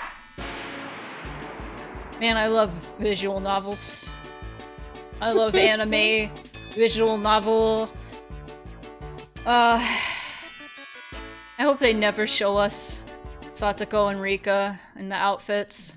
Well, if they do, and I think they probably will, we'll just skip ahead. Oh boy! Do I have anything that could just censor? You could like blow me up really big and just put me over the screen. Yeah, it'll be great. Alright. Sorry, I couldn't resist one more time. Good to see you, busy! Welcome to Angel Mort. Today we're holding a special event. Do you have a ticket? We don't have a ticket, but we were told to give our names. We're Rena, Ryuugu, and Keiichi Mayabara. Let me check on our list. Please wait for a moment. Seems like many fans of this restaurant aren't normal people. I bet they try to get in with lies or fake tickets. No wonder this waitress makes sure to check the list.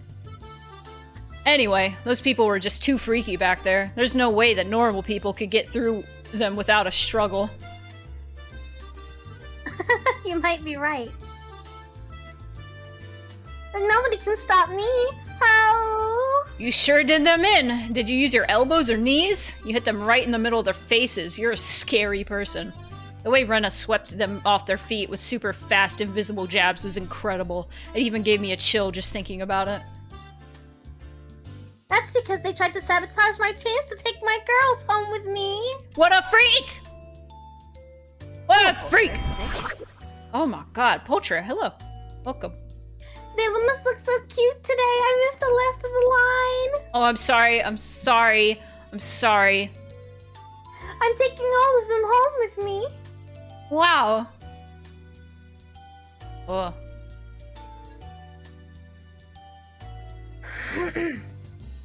When you're in, oh, that's me. That's me. I'm a fucking stupid.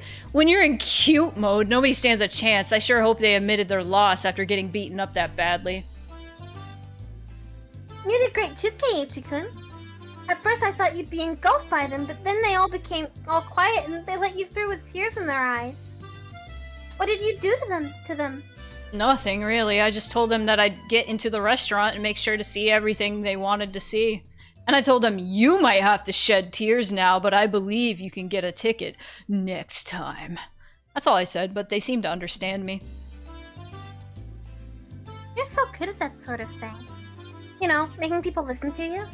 Yeah, you sure are our club's magician of words. They're all calling me that now. Can't you please come up with a better name? I'll think about it. Rena laughs loudly.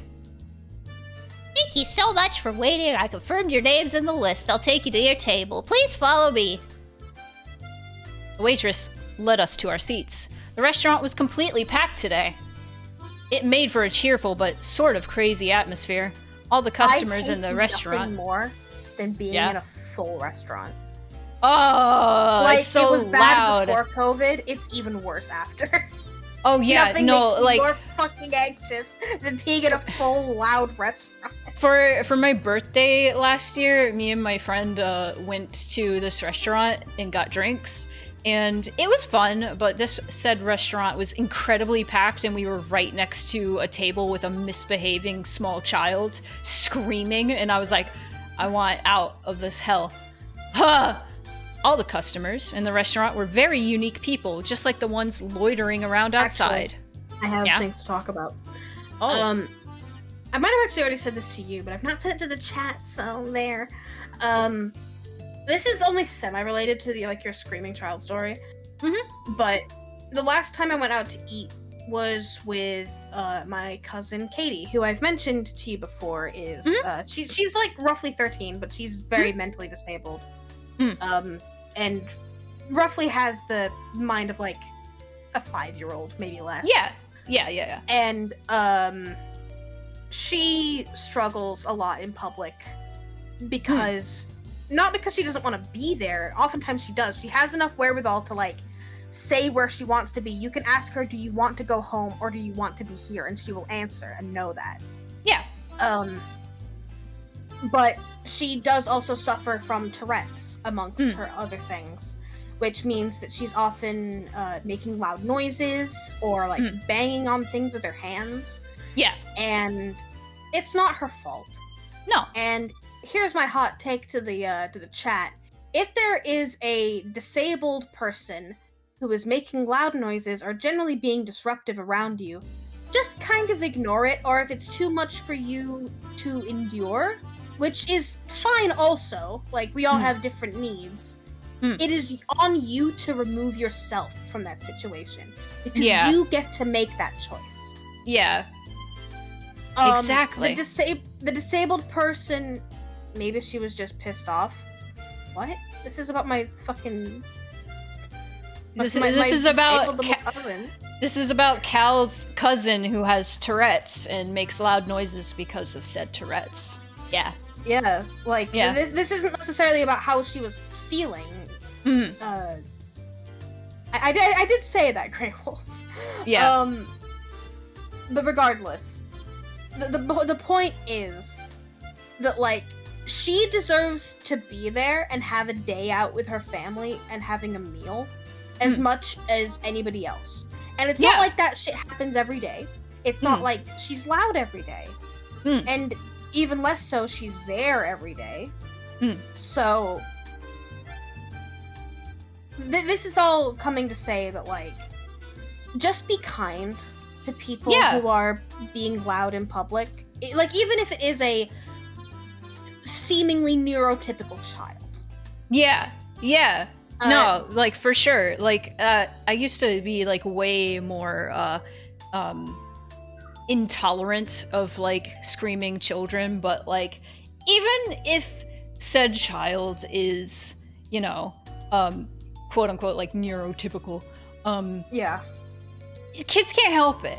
Kids are, like, new lives in the world, and everything is strange and confusing and new to them. And they're going to scream sometimes and be upset.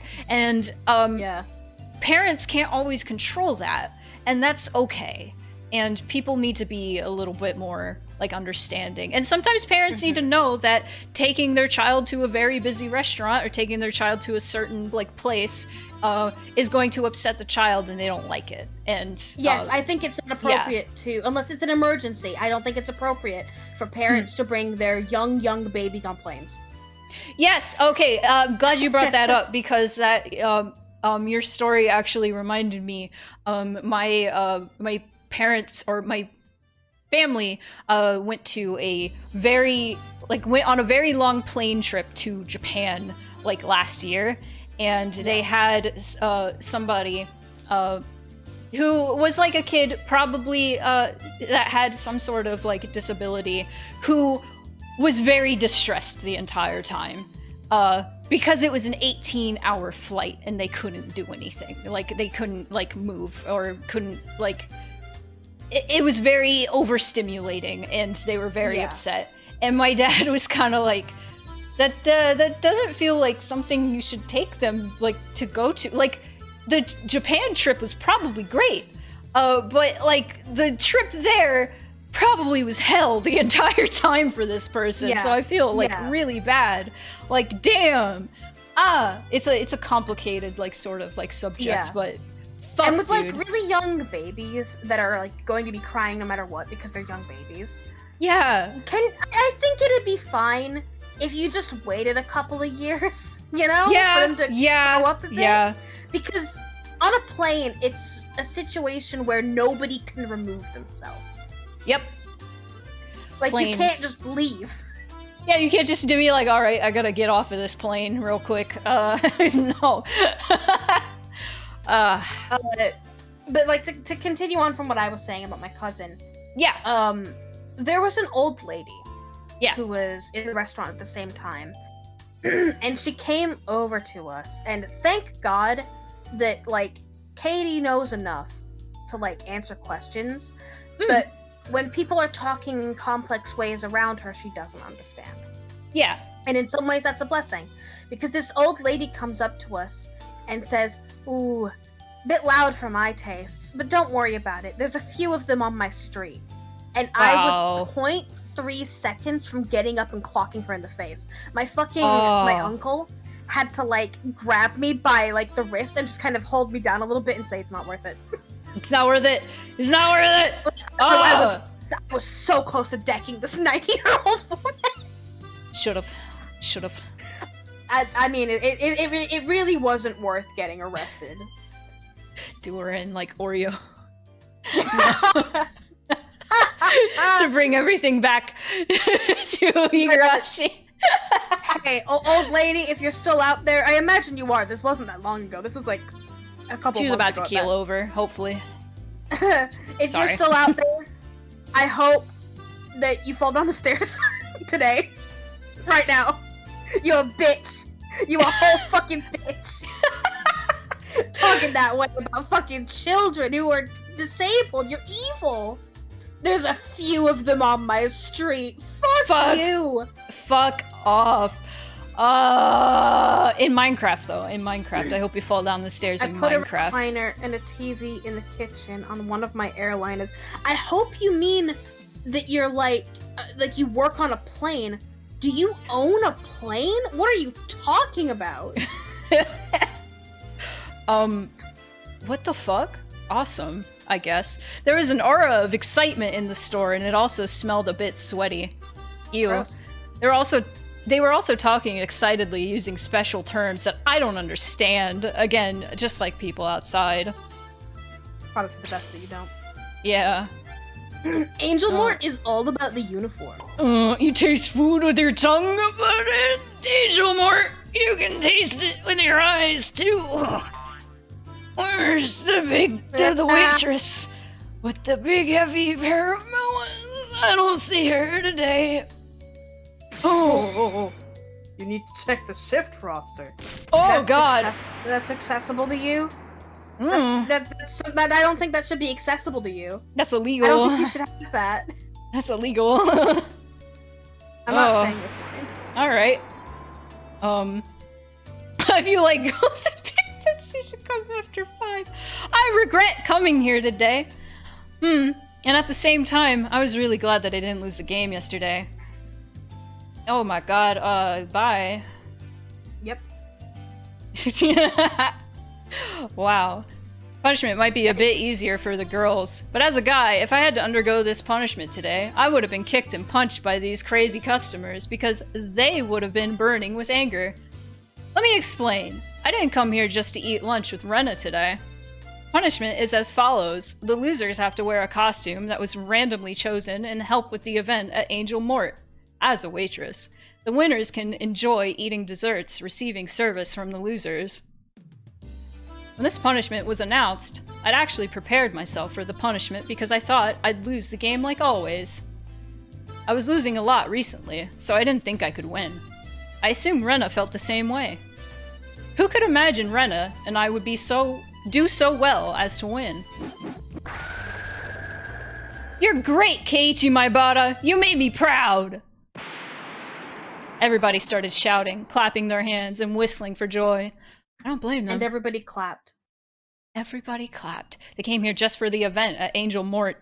None of them expected to see the waitresses wearing different costumes like this. Or different? Oh, is it gonna be cute, Okay. actually? Okay, this is like we're cutting it off, which is good. The top half of the Angel Mort costume isn't that bad. Aw. I'm taking you home with me. Oh my god, that was so loud. It was so funny. Sorry. It was funny. Wait, calm down, Rena. You can't take her home just yet. She has to finish her punishment first. Rika-chan appears with glasses of water and wet napkins on a tray. They drew lots to decide on the costumes. I had my headphones on. Sorry, headphone users. Rika-chan's costume is the uniform of Angel Mort, which we use regularly for punishments. Hello, welcome to Angel Mort. Rika-chan put the glasses of water and the wet napkins in front of Rena and me. Oh, you look so adorable. I'm taking you home with me. Rena raised her weird voice and everybody in the store followed suit. I'm taking you home with me. Oh. Everybody started shouting the phrase. Before I knew it, they were surrounding our table trying to burn the scene of Rika-chan serving customers into their minds. Yeah, but y'all are adults. Oh, no! You know what? Yeah, see, put me in front of, like, the bottom of the text box there. You know what? It's, like, it's not a lewd outfit. Like, it's just, it's kind of cute. Like, Angel okay, Mort. yeah. I didn't agree to this. Where are my royalties? yeah, where are your Can I sue royalties? for this? Well, No. you know, that's why we gotta put Mort in the outfit. No, you know what? I can put Mort over. I can put Mort over the bottom of the text box. Hold on. Oh, Rika-chan, you look great in that uniform.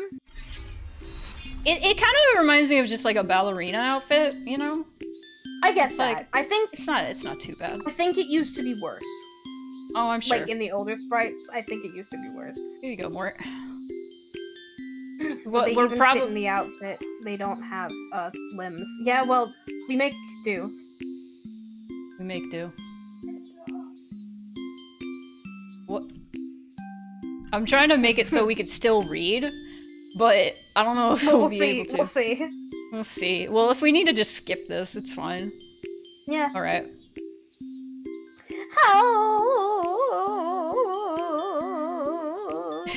Me. It's embarrassing to have everybody look at me like that. That's fucked up. Something different about the uniform, though. Oh, good eyes. Allow me to explain. I don't want you to explain this to me, actually. I think I'm gonna start skipping this. Oh. Oh, these children had tickets to this maid cafe. That's really cool. Yeah, let's Wait. Okay, as you already know, the uniforms of Angel Mort are designed to bring out the most mature of women's features.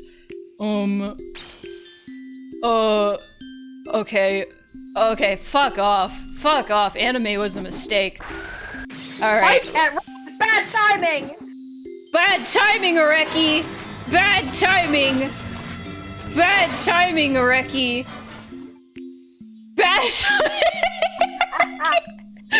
Bad time. Hey everybody.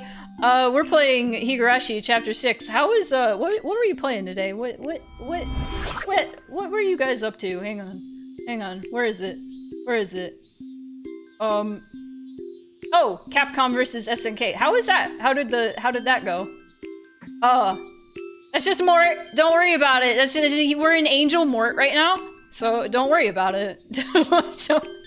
Keep skipping. Hang on, I'll keep skipping.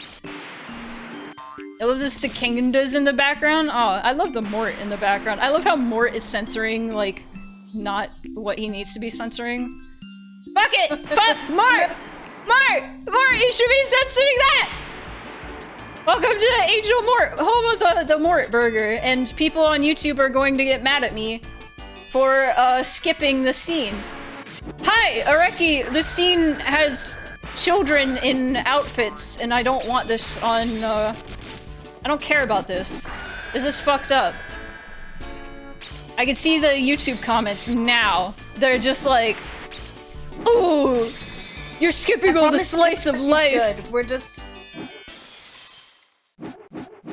This game is very good, but oh no!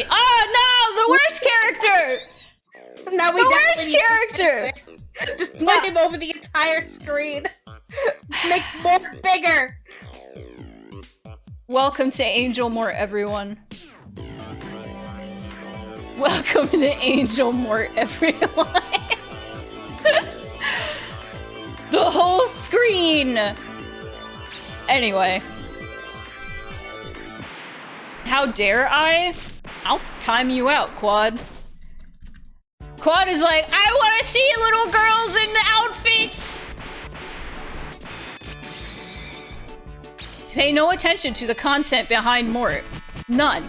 None. Don't look at it. I want to see the 8-year-olds in the maid outfits! Ah, yes! I'm a fucking freak. Is actually pretty normal there. I caught a glimpse of it behind Mort. I mean, yeah, she's just dressed as a maid, but... But, like, it's the context. Maybe they're gonna be in a play and they worked really hard. No, they are specifically being punished. See, okay, here's the thing about Higurashi is they are very competitive children, and whoever loses a competition has to do the punishment, and the punishment is usually wearing an embarrassing outfit.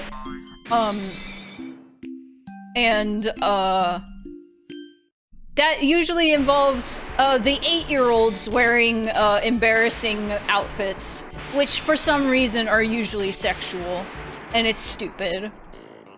And I hate anime. I think anime was a mistake. So the gist of this scene is probably just you know, otaku in this maid cafe being horny over children wearing maid outfits, which is not great. This is from the early 2000s. You know. I'm waiting for the penis music to be over. There's also this guy named Irie, and I hate him, and he's also a pedophile, and it's funny, I guess. Can't sell Higurashi on itch.io anymore. You can't sell my games on itch.io anymore. They're still up if you want to buy them before they get taken down. The way you can. Get them while you can. Because they changed their policy, and it's like, it's not... Okay, we can take this opportunity to talk about the matters at hand right now.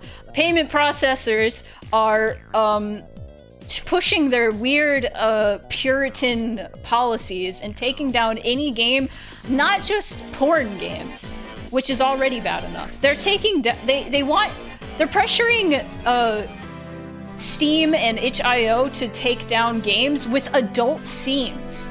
And so you could just have themes that are too adult. And they go, whoa, whoa, whoa, whoa. You can't have that. Detroit Become Human is under fire. Dude. Also, don't say it's not bitch.io. This isn't itch's fault.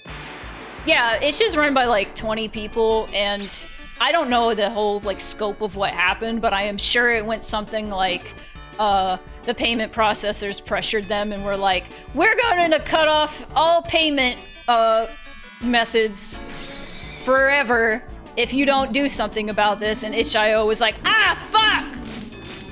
Still a corporation, and they still probably could have done something, but it's still like a very small corporation for like indie devs. Honestly, they couldn't, because MasterCard and Visa and all of those motherfuckers gave them like 24 hours to remove this content. Otherwise, they would cease operation on the platform entirely, and they wouldn't put it back. There was no chance of them like re-embellishing that if they complied later. It was a do this now or forever lose our business. And that's the entire business. Yeah. Okay, the music is sad now, but I don't trust it. Hey, Mort. Okay, maybe this is important. Maybe this is important. What the fuck is this? I hate how I think this is important. I hate how in the text log, it doesn't tell me who said what. Okay, so, alright, Mort, I'm gonna have to move you back, buddy. I'm gonna have to move you back to where you're supposed to be. So, real quick, Mort, here you go. There you go. That would have been so cruel if somebody made Mort explode in that moment. Or tried to make him explode in that moment. Like, no, I want to see them! No! Ugh. Scroll up a little more. Scroll up a little more. Not at the beginning. I don't think we're at the beginning of it yet. Yeah, keep going. Have you seen a little girl around here? Short, black hair, 7 years old. Ew. Oh, that's awful. Oh, no. Alright, I'm gonna narrate this one. This part? I was having so much fun. I was so thrilled that I felt like my heart was about to burst. It might have been totally uncute, but I didn't care. Exactly because I was having so much fun. Mii-chan always comes up with such extraordinary games. Satoko-chan loves to play pranks. Rika-chan is very sneaky, but it's impossible to hate her. And Keiichi-kun is always so funny. I enjoy every day. I wish I could express how much I really do enjoy them better than by saying how happy I am. Sometimes I even feel anxious because I enjoy every day so much. There is as much misfortune and pain as there is happiness and pleasure in this world. And I know very well that they'll come to you regardless of how hard you try. You'll have happy days regardless of how hard you try. You'll have unhappy days regardless of how hard you try. But that doesn't mean you don't need to try hard. I can try to make my happy days even happier and last longer. In the same way, I can try to make my unhappy days happier and end faster. I struggle very hard to achieve that. That's why I'm going to enjoy the happy days I have now as much as I can. I must not take them for granted because they won't last forever. They won't. One day, all of a sudden, these happy days will come to an end. I know it. Or who this could be. That's why I was trying to enjoy the happiness I received today so that I wouldn't regret it. Even if the world ended tomorrow. I noticed my hand stopped moving while I was thinking about these things. When spending time with my friends, I feel so happy that my heart might burst. I even love doing the punishments. They're fun for me. I have friends. I have a place where I fit in. I have time in which to be myself. I have a me that I love. I love everybody. I love Mi-chan, Satoko-chan, Rika-chan, and Keiichi-kun. I love everybody in my class and everybody in Okinomiya. Oh, Rena stopped eating. I guess she went too fast in the beginning. Okamura, this is our chance! We can defeat Ryuugu-san! Oh, who's Kameda? There's some guy for this scene. Oh. All of you, you're just wasting your time. You think you can defeat me at Angel Mort? You're too naive. Rena-san, come on. I'll never forgive you if you let Coach win. Ugh. Skip Irie's line, fuck him. Oh. Oh, Irie. Oh. I hope you do, I hope you drown. I hope you drown. What's wrong, Rena? Are you getting full? So you just have to watch my come from behind victory now! Am I right, everyone? Yeah! Yeah! Rena, what's wrong? Oh. I left the table. Excuse me. I have to go to the bathroom. I was just so happy. I didn't care who won or lost this match. Of course, it's more fun when I go crazy to try to win. But I could never be happier than this. If I could seal this happiness in a piece of crystal, I'd carry it around with me in my pocket. Get in the crystal. Get in the crystal. Get in the crystal. Sorry, you knew exactly what I was referring to. You'll spend a few hours in there, it'll feel like a week. I'd use it as heat to ward off the cold of hard days that are certain to come to me. I know they will. You're not truly happy when you feel happiness. When you're bored with happy days and don't even realize that you're happy, that's when you've achieved true happiness. You only feel true happiness when you're in a freezing cold environment.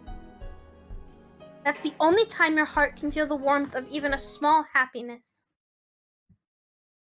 On my way to the bathroom, I saw a waitress and a customer arguing at the register. The customer was a woman. The waitress was trying to explain that the lady needed a ticket to get a seat because the restaurant was holding an event today. And there's dogs barking outside. Holy shit. It's adding to the environment. But the lady, saying she didn't know, was still trying to get a seat. After a while, the store manager was called and started apologizing to the lady. Whoa!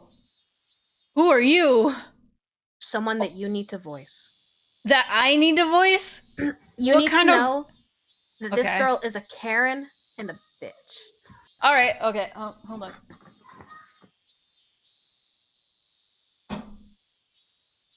Also, she looks terrible in this art style. Why is her torso so long? Why does she look like 12? Anyway. She's not. She's like 25 or something. Alert! It's your fault. You should have put a note outside that said we needed a ticket to come in or something. How do you... Oh, something. Oh, are you country? Alright, let me do country. How do you expect me to know when there's no mention of it? The lady's eyes met mine. I guessed who it might be when I heard the voice, so I was prepared. Oh, Rena-chan. Rena-chan. I didn't expect to see you here. Oh, hello! What a coincidence! I held up my hand for a high five. She gave me one. Listen, Rena-chan. There's so mean. They're saying that I can't get a seat because I don't have a ticket. It seems that way. Well, I can't do anything about it, can I? I can still buy some cakes to take home, yeah? Yes, of course. Yes, of course. You can choose anything you want from our selection. The store manager gave her a fake smile and led her to their showcase.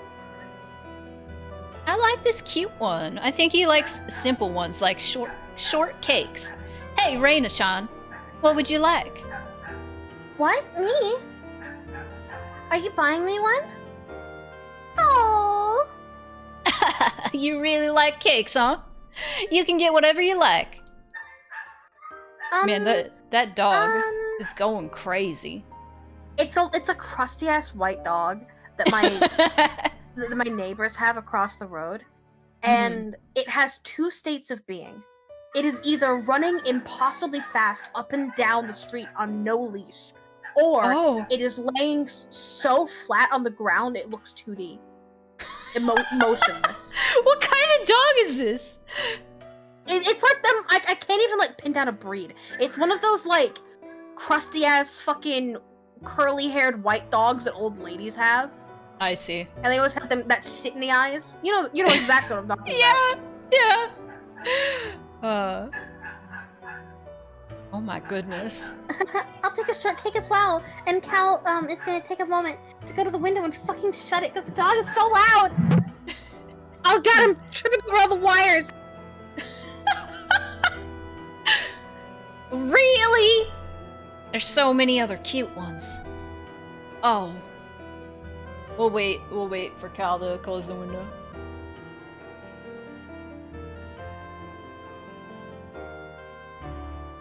The crusty ass little white dog.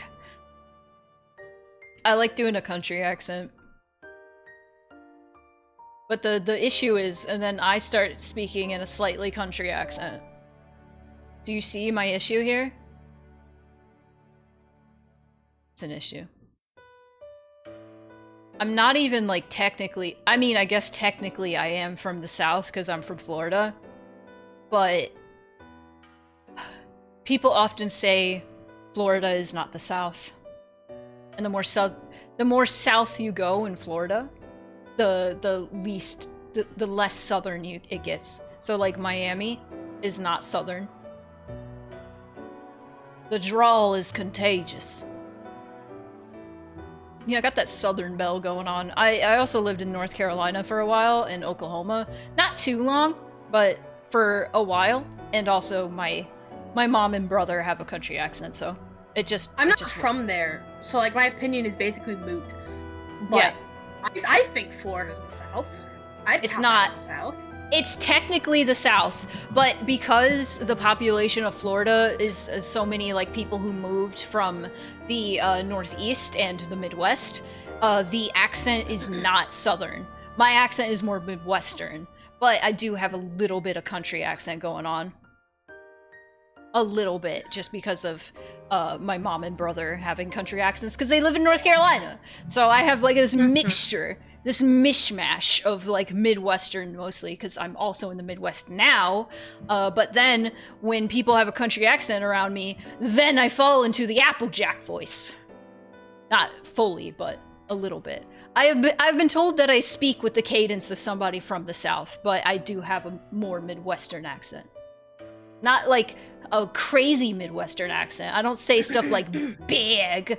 I don't say big. I don't say that. Anyway. My accent is crafted to perfection. Yeah. Purposefully. Yeah. You could not tell. There are several people who do not know where I'm from. You all the time. From America, don't you? You fucking idiots. You fucking morons. I fooled you. You've fallen for my goddamn gambit.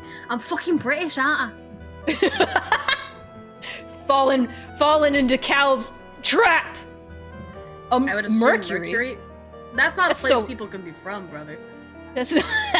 Brother, that's not a place you could be from, Sean.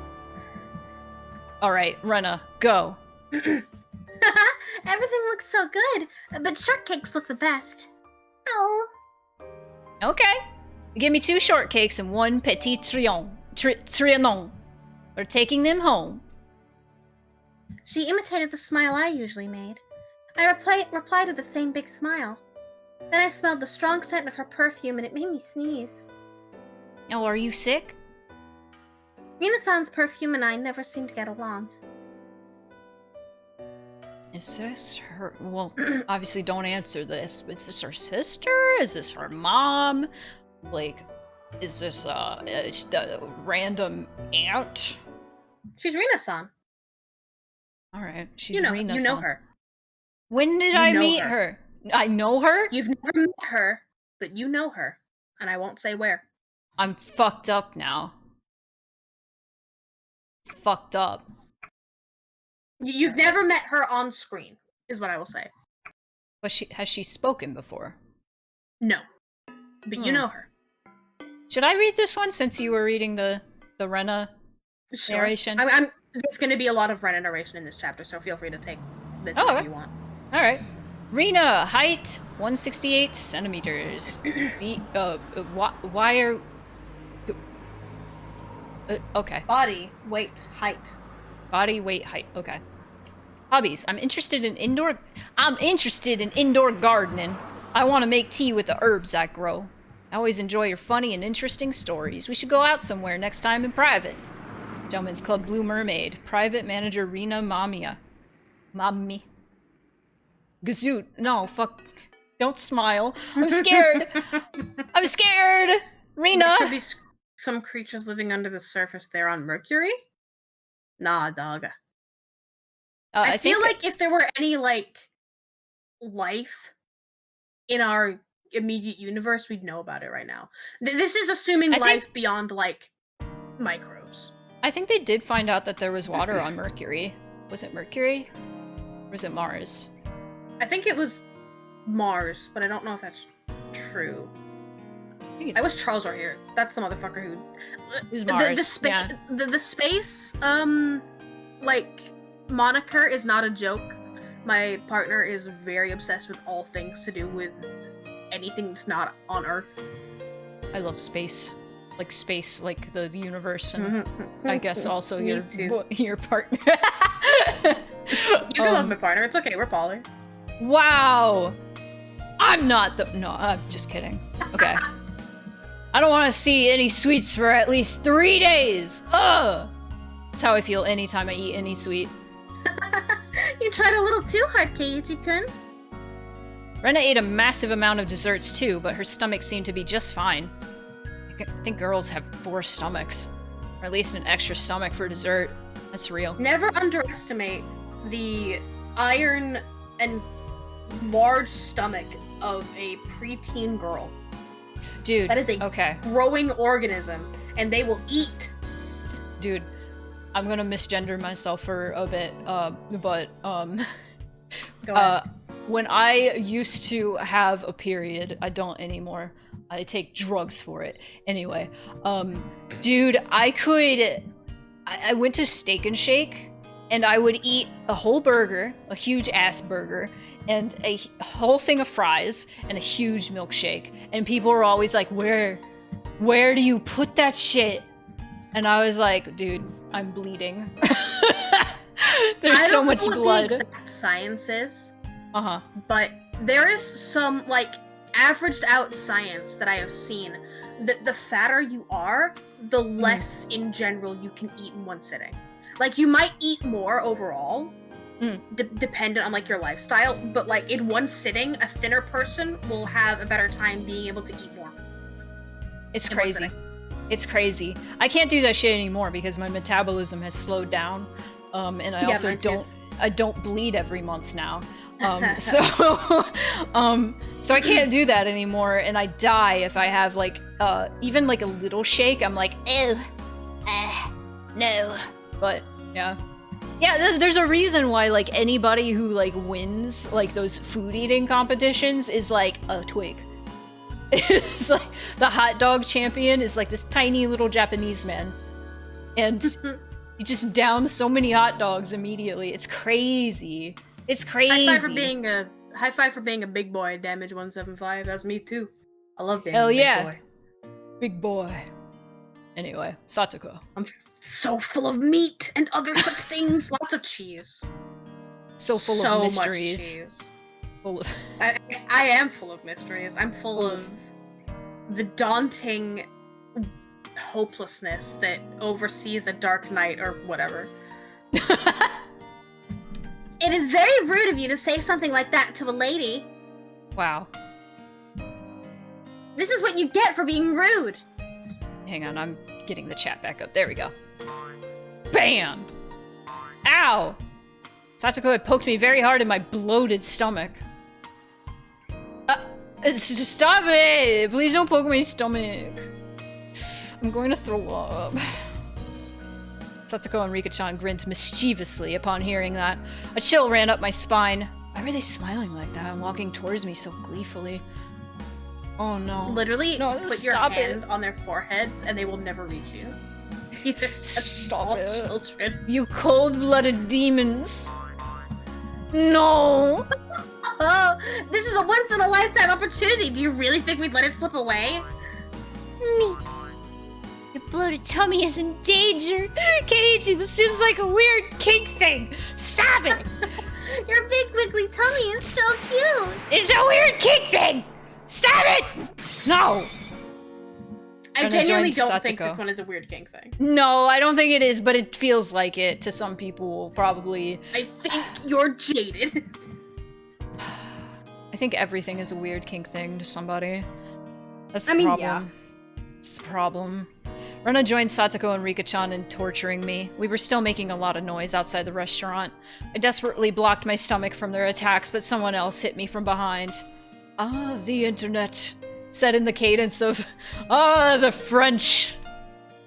Oh, the internet. Oh, who is it? Oh, it's Shion, hi. Hello, hello! Remember me? I fucking crashed out last chapter. Nice to see Wow. you, Kei-chan, and his funny friends. Ugh. Oh, Shi-chan, hello. You weren't at the restaurant today, were you? I'm working night shift today. I just changed after getting here. How can you go outside the restaurant wearing that uniform? What? I'm not embarrassed. Especially not since you had to walk around in a way more embarrassing costume the other day. Ugh. Damn it, I was just getting over it. She had just reminded me that I'll never be able to get married. Anyway, I heard you went crazy in the restaurant today. We did. We had to, since it just turned into club activity, you know? Sorry. You You're made a good. big mess in there. It looks like Sis felt guilty, so she's helping the waitresses clean up the store now. I still think we should help him clean. You should. If you make a You should. huge mess in a restaurant, you should absolutely help him clean. Mm-hmm. Oh, don't worry about it. We can let customers do that. We can't let customers do that. Plus, me made most of the mess. Yeah, that's right. Everybody nodded in agreement. She told me to tell you guys that you don't have to wait for her. You can go home now. No, we're gonna wait. Right, everybody? Rena asked for our agreement. Of course, we decided to wait without hesitation. Satsuko, Rika-chan, and I all nodded along. Since we can't help her clean, that's the least we can do. While she says we can go home, I'm pretty sure she'd be sad if we really did leave. Wow. Kei-chan, you grew up. I'm impressed. He grew up all right. That's because we've been training him well. Right? That's correct. There it is! Nipa! Alright, everybody. You know what the fuck to do. You know what the fuck to do! Oh. Any Nipa. It'll catch it. Somebody did it on accident earlier, it was great. That's true. Nipa! Wait, that was a bad one. Put a fuck. You don't put a Go on. fucking Nipa in the chat. Nipa! Yes! Yes! Nipa! Oh my god, I'm so... I hope my neighbors don't hear me. Girls always band together when it comes to things like this. I hate girls. I hate women. They get along so easily just because they're girls. In Very the not end, true. it doesn't even matter. We ended up making a lot more noise, even dragging Shion into the mess this time. She has to go to work, Keiichi.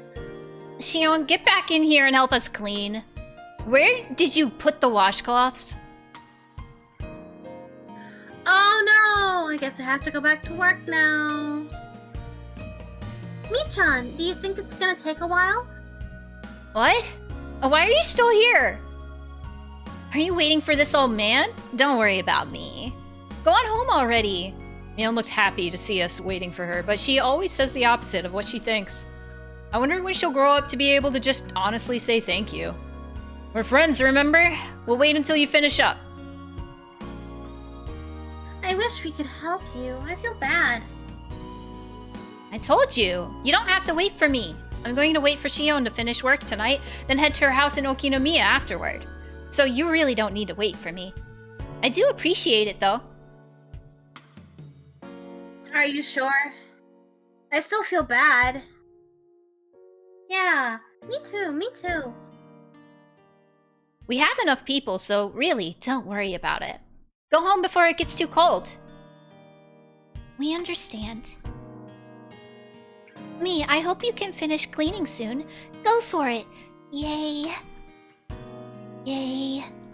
Whoa! Thanks. Kei-chan, I trust you to escort the ladies home safely. Please protect them from assassins on their way home. I really do love your Mion voice. I'm glad. Somebody should hire me to voice a green-haired anime girl. Looking around, I didn't see any ladies who needed an escort. I felt more like I was the one who needed protection. What is she trying to tell us? Anyway, we said our goodbyes, making it easier for us to end the day and go home. Goodbye, Michan. See you tomorrow. Yep, see you tomorrow. Alright, let's go then. We waved at Mion until she went back inside the restaurant, and after that, we all got on our bicycles and left Okinomiya. Fade out. I'm like waving my arms. Goodbye. I need like a lighter for this song. Oh, well, it's over now, so fuck me, I guess. On the way home, we talked about how exciting it had been today, and it looked like everyone was still fired up. We had the horrifying punishment and the competitive eating contest, which turned into an unprecedented battle involving all the customers in the restaurant. And after that, everything got crazy and messy. At first, the waitresses didn't know what to do, but after a while, they ended up joining in. We had a blast. I'm glad you guys did. I didn't see any of that shit because it was gross. That was wonderful. Did you see what Tomita and Okimura did? How amusing it was. I didn't, and I'm glad I didn't. I felt sorry for Kameda and Irie. So did I, but didn't you think my speech was great? Everyone in the restaurant was on my side after that. Keiichi, you might have been somebody really important if you were born in a different era. Where is the Keiichi Warring States, AU? Oh my god. What, this idiot? He's much too full of himself. An idiot will always remain an idiot, no matter when or where he's born. Wow. If he was born 100 years earlier, he might have gotten printed on bills. It's really backhanded, yeah. I love Rika. Money with Keiichi-san's face on it? Ugh, how pathetic. It would only be worth 200 or 300 yen at the most. Satoko and Rika-chan kept up their continuous chatter. I was a bit tired after the day's events, so I just listened quietly. I noticed the wind was getting colder. Our shadows were getting longer as well. Satoko and Rika-chan still had a lot of energy left, but what about Rena? She'd been very quiet. Maybe she also had a stomachache from eating too much. I looked at Rena to see. My boy on the $2 bill. However, I was wrong. Rena was... I didn't really know how to describe it. She looked very satisfied. She looked like she really did have that much fun. She looked like she was as happy as she could ever be. I could tell all that without her saying a word. When I looked at her, it made me realize that the word fun wasn't enough to describe what we did today. Seems like you had a lot of fun. What about you, Keiichi-kun? I had a blast too. I wish we could have as much fun tomorrow and the day after tomorrow too. I feel the same way. I wish from the bottom of my heart that the time we spent in the restaurant today would last forever. Wow, that's kind of poetic. Don't you agree, Keiichi-kun? Rena didn't notice that I made fun of her. I might have been a little tactless. Suddenly, I regretted having said it. I do. I totally agree with you. But, you know something? Today's not the only day that's filled with happiness. A cool wind blew through her hair. She smiled at me, and for some reason, she looked very mature. Her appearance made my heart skip a beat. Every single one of our days in Hinamizawa is a wonderful, precious, and irreplaceable day full of happiness. Including the boring days when our club activities get cancelled. Rena, you think about things in a very mature way. No, I don't. Honestly, I'm still not done playing around yet. Maybe it's just because I'm still excited. Rena laughed, and that made me laugh too. Satoko thought that we were laughing because we said bad things about her, and she started bugging me about it. Once again, we made a lot of noise like we always do. Well, Satoko and I are taking this turn here. Mika, why not walk with him a little further and turn where the tobacco store is instead? Did you forget our nightlight burned out? Without that, it's too dark for us to sleep. Oh, that would be quite the problem. They are such babies, they need a nightlight! Babies! Oh, I see. You need to go to Makino-san's general store. Then I guess we'll say goodbye here. You better take this turn or you'd have to go the long way around. Makino-san's general store? Oh, right, that's where it is. If they wanted to make a stop at the store before going back to the shrine, turning here would be the quickest way. Okay then. Bye, Rika-chan. Bye, Satoko. I'll see you tomorrow. See you tomorrow. Farewell, Keiichi-san. Farewell, Vena-san. See you two tomorrow. Bye-bye. Rika-chan and Satoko waved at us many times, then took the narrow path through the fields. Once the noisy girls were gone, it went especially quiet all of a sudden. It even made me feel as if the sun had set in an instant. Don't like that. I could see my house by now, which everybody called the Maibara Mansion. I didn't notice it earlier because of how fired up we all were, but my stomach was about to burst. I need to take a shit! The growling in my gut felt like thunder. My body must have been paying the price for me acting like an idiot earlier. There's no way I was eating dinner that night. I need to tell my mom before she started cooking, but before anything, I had to get to the bathroom. Oh, my stomach was churning. Oh boy, it really didn't sound good. We got to the place where I'd always meet Rena in the morning and say goodbye in the evening. I really did have a lot of fun today. Me too. Are you feeling okay, Keiichi-kun? My stomach is growling. I guess I just need to get some rest. You need to train your stomach, huh? Huh? You ate about as much as I did. How did you fit all that inside your tiny body? That would be a woman's secret. Rena giggled and tried to avoid giving me an answer. She'd probably hit me if I pressed her about it. If she punched me in the stomach, I'd throw up for sure. So I decided not to go any further. Goodbye, Rena. See you tomorrow. Yes, see you tomorrow. You know, I used to live in the city. Yeah? I never managed to enjoy each and every day like this before. But after moving to Hinamizawa, you know, I think I found happiness. I feel the same way. I moved to Hinamizawa a year ago. I can't believe I'm happy as I am and spend every day having as much fun as I do. I see. I'm sure tomorrow will be the same. That's right. We had so much fun yesterday and today. So tomorrow will be the same. With all the fun we have every day, I sometimes feel like I'm going to trip and fall sometime. It kind of scares me. You fall when you fall, no matter how careful you are. That's why I believe we have to enjoy every moment as much as we can. You're right. We gotta enjoy every day as much as we can. Well, it's probably time to go. Please say hi to your parents for me. Well, I still have a lot of energy left. Oh, so I'm gonna go treasure hunting. What, are you going there now? You sure are resilient. I'm impressed. What about you? Would you like to come along?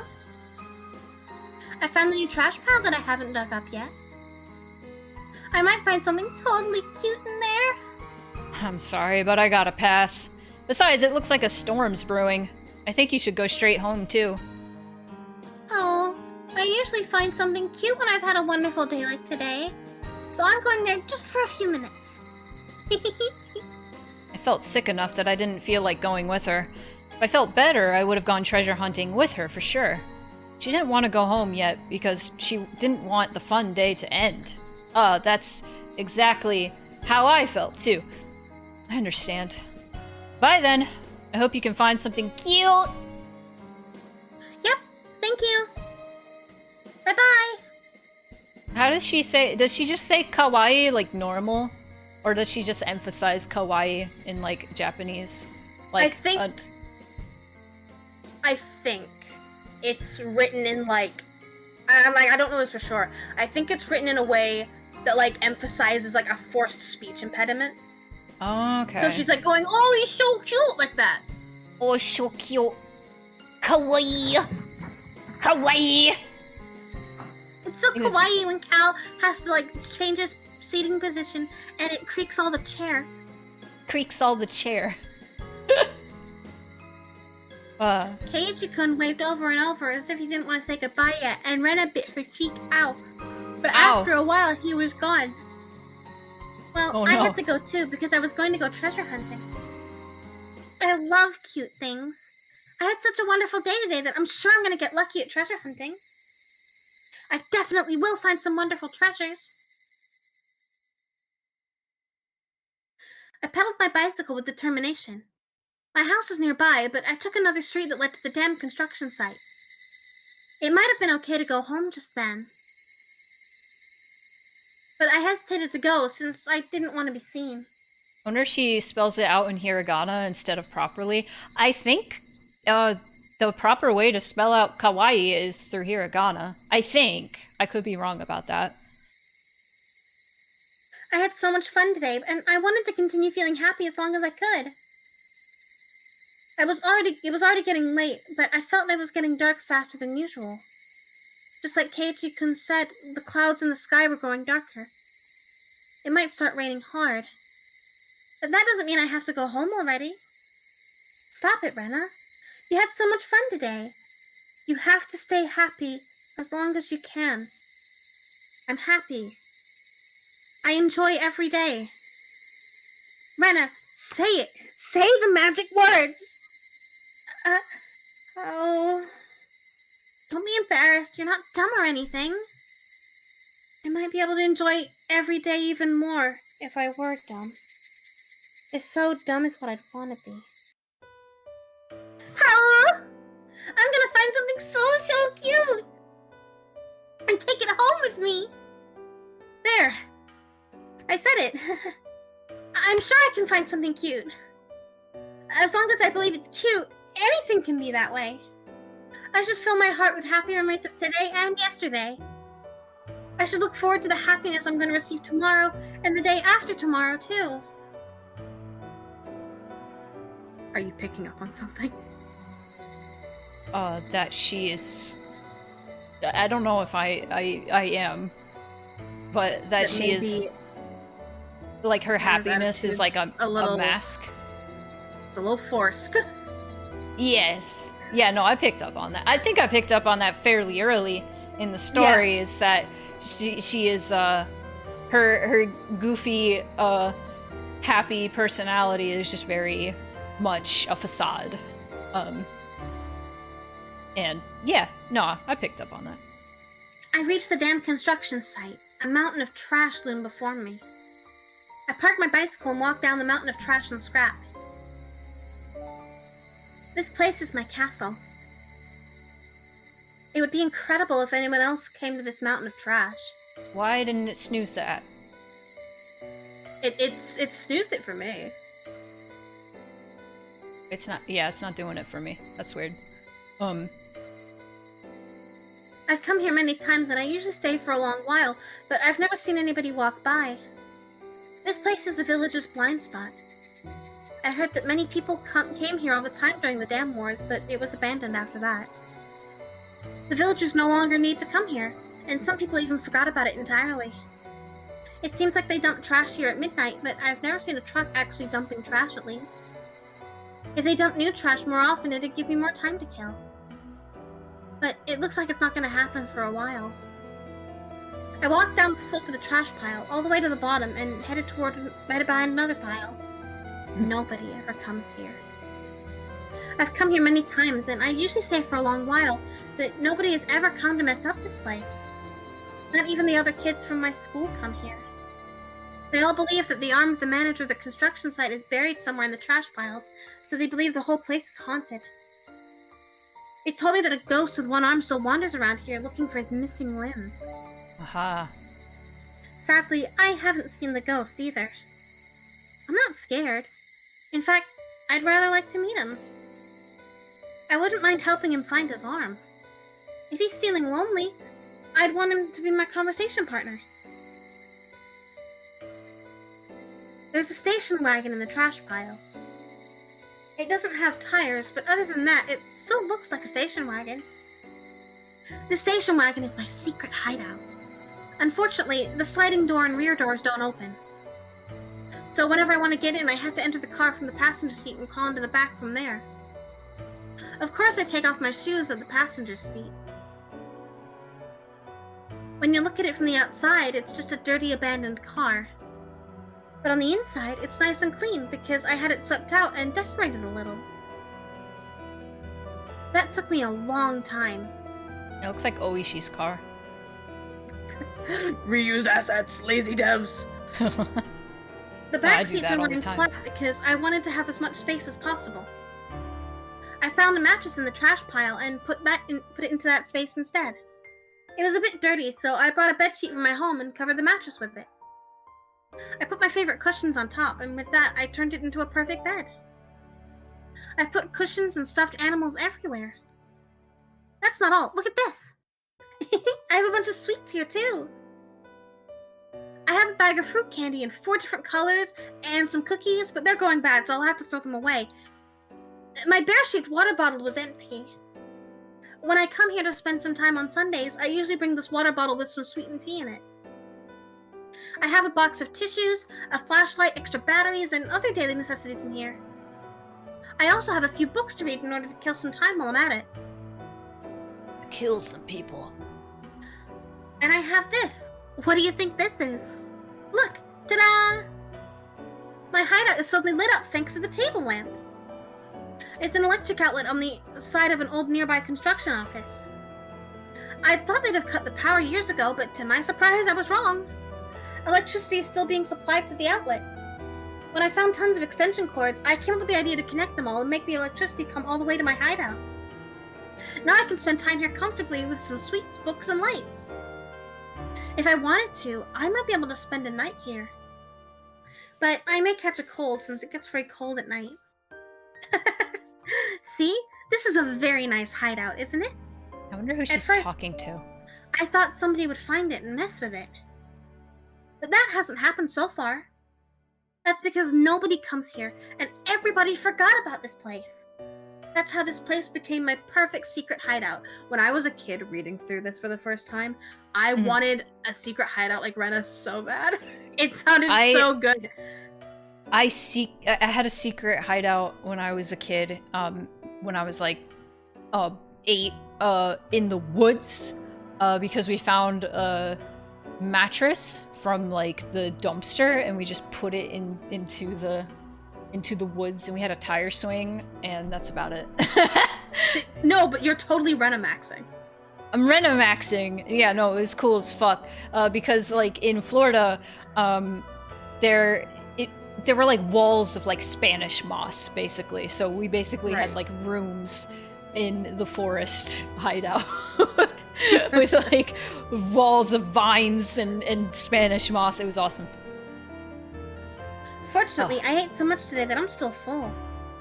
I can tell them that I was playing with my friend at her house and ate dinner there. I'm gonna stay here for a while and relax. And I'm gonna treat myself. I left the water gun battle yesterday. My heart had been pounding when I fought one-on-one with Keiichi-kun. I also had great fun at Angel Mort today. I'm gonna readjust my seating one moment. I'd never experienced such a crazy game with so many people in all my life. I was still feeling the after effects, and I was sure I'd have a dream about it tonight. That was why I wanted to bask in these happy feelings. That was why I'm gonna treat myself in here. I should take off my shoes and stretch my toes. I should cherish the time when I can be myself. Once I took off my shoes, I felt so relaxed that I didn't want to put them on again. I played all day today and I was very tired. The treasure hunt could wait. As it got darker, the light of the table lamp became encouraging. It really was getting dark faster than usual. All of a sudden, I heard the sound of raindrops hitting the roof of the car. Pitter-patter, pitter-patter, pitter-patter. The interval between drops got shorter and shorter. When it became a continuous sound, I began to hear thunder. Even though it was raining heavily, it remained very quiet inside the car, making me feel like I was in a different world. It's my castle, after all. I felt a bit cold, so I unfolded my big blanket and hid under it. I'm here alone, under the warm blanket that has my scent. Even though nobody knew where I was at the moment, and I feel like I was left alone in the heavy rain, I still feel secure and free from anxiety for some reason. I felt like this heavy rain was keeping my enemies away from my castle. I liked it that way. This place is full of small happiness. It's full of my favorite things. That's why I'm happy whenever I'm here. When I put another blanket over me, I felt as warm as if I were in bed. I listened to the soothing sounds of raindrops hitting the scrap iron and the trash heaps, and it made me feel sleepy. This is a castle of trash. This trash came here because nobody wanted it. This is where it lives. This is a country where unwanted refuse lives together. I felt like I fit in here. Oh, Rena, baby.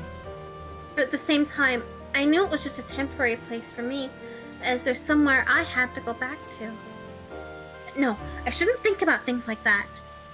Whenever I realize that I don't belong here, I remember I'm in the middle of a very dirty pile of trash. I should just doze for a bit longer. Thinking is poisonous. I wanted to keep myself out of that poison so that the kind Rena within me could stay pure. A little bit longer. Just a little bit longer. And I closed my eyes. She is not well. She is depresso as shit. Ah. Rena. What is going on at home? Is what I wonder. Oh no, I guess we're gonna find out. My mother was a very busy woman. She directly answered you. Alright. The harder she worked, the more her work was valued, and she kept getting promoted. She sought to go higher and higher. She was always shining, and she was my hero. My mother started her career as a fashion designer at a small clothing factory in Okinomiya. My father was a designer too. They met through their jobs and soon got married. They lived in a small apartment in Okinomiya, but they moved to my grandma's house, our current house, in Hinamizawa when she got pregnant with me. We lived there until right before I went to elementary school. Now that I think about it, that was the happiest time of my life. I felt happy every day and believed without a doubt that tomorrow would be the same. I was so happy that I took it for granted and didn't even feel the happiness. I really did feel happy every day. I was small at that time and didn't really understand what was going on, but it seemed like the company my parents were working for was having financial difficulties. So my mother and a few other young designers started talking about leaving the company and going independent. After many things happened and the situation grew complicated, they got an offer to work at a big design firm in Ibaraki, and they took the offer. At that time, I heard my mother saying many difficult words like limited partnership and business alliance, but in short, what she wanted to do was move to Ibaraki. My mother and her peers were hired because their talent and experience made them immediate assets at their new company. However, my father wasn't one of them. Unfortunately, my father wasn't as talented as my mother was. So moving to Ibaraki meant that my father had to give up on being a fashion designer. My mother's new company had high expectations of her talent and promised her a responsible project. She didn't want to waste her growing up talent and passion by living in a rural town like Hinamizawa. So my mother convinced my father to quit his job and move to Ibaraki to support her and to help build her career. Back then, moving meant that I had to say goodbye to my close friends. I didn't want to move, and I kept crying about it. After we moved to Ibaraki, my mother was a big success. Not only did she have great leadership skills, she was full of energy, and I believe she made the best use of her talents to succeed. She came home late every night and barely had any days off. When she had a big project, she often stayed entire nights in her office.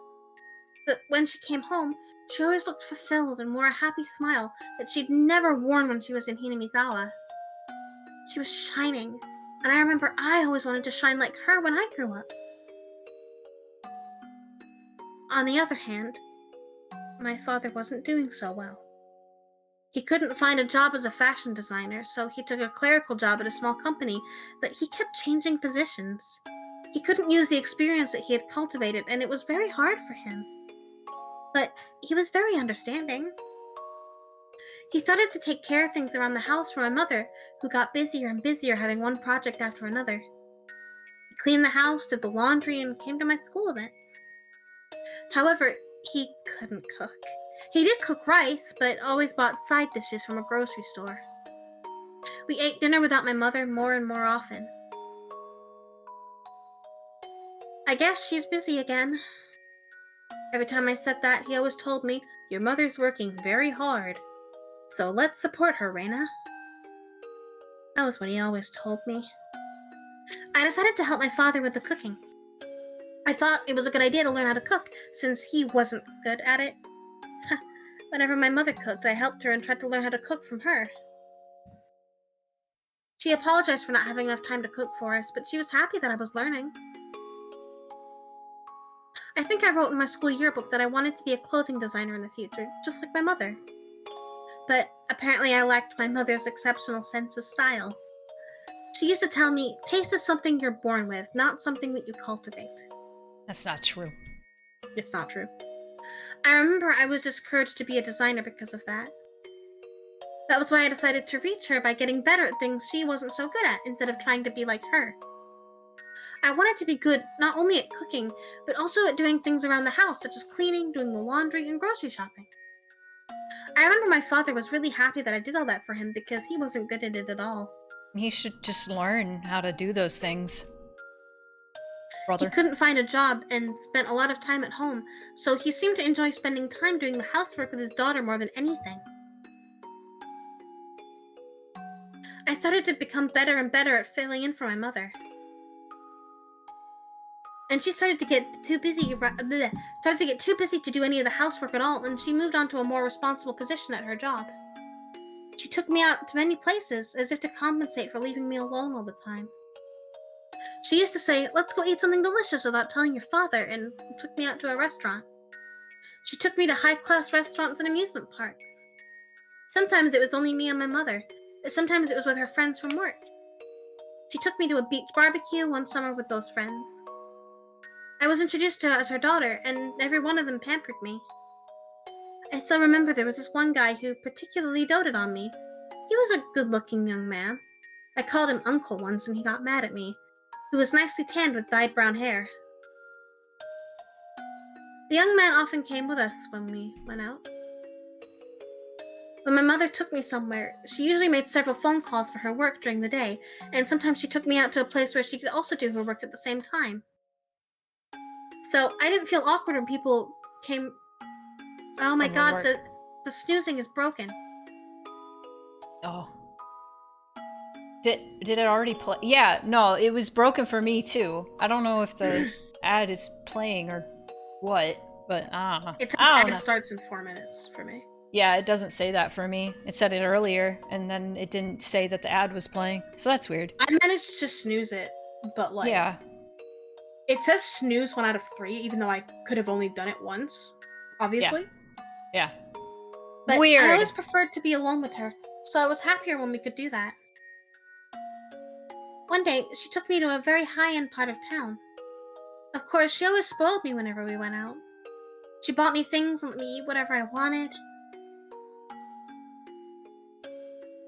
Yeah, I tried But to she snooze it and especially it was spoiled broken. me on that day. She took me to many expensive-looking boutiques and accessory stores. She was about to buy me something, but I told her not to get it because it didn't look good on me. Without hesitation, she bought it anyway. I remember there were many zeros on the price tag. On that day, I realized my mother's design work had made her a very successful woman, and she was earning a lot of money. We took a break at a ridiculously expensive-looking restaurant that probably charged 1,000 yen for your glass of your orange juice. My mother clapped her hands and spoke to me with a smile on her face. She asked, "Rena, would you like to make your dream come true?" When I was in kindergarten, my teacher gave students a topic to draw a picture of. The topic was my dream, and I drew myself eating a mountain of fruit parfait all by myself.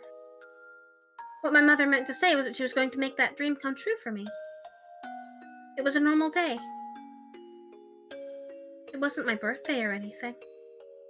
But since my mother always spoiled me when we went out together, I didn't feel awkward about it at all, and I accepted her offer with a happy smile.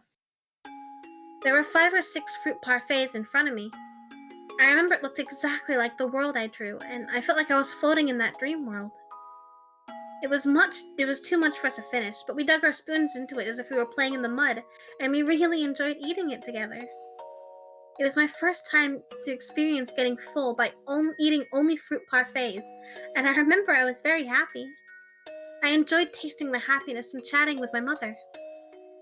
Oh, should I be the mom? Yeah. Okay. Reina-chan, do you remember the man who went to the movie and had dinner with us last time? Are you talking about Uncle Akihito? Oh, although I can't call him that or he's gonna hit me. Reina-chan, do you like Akihito-san?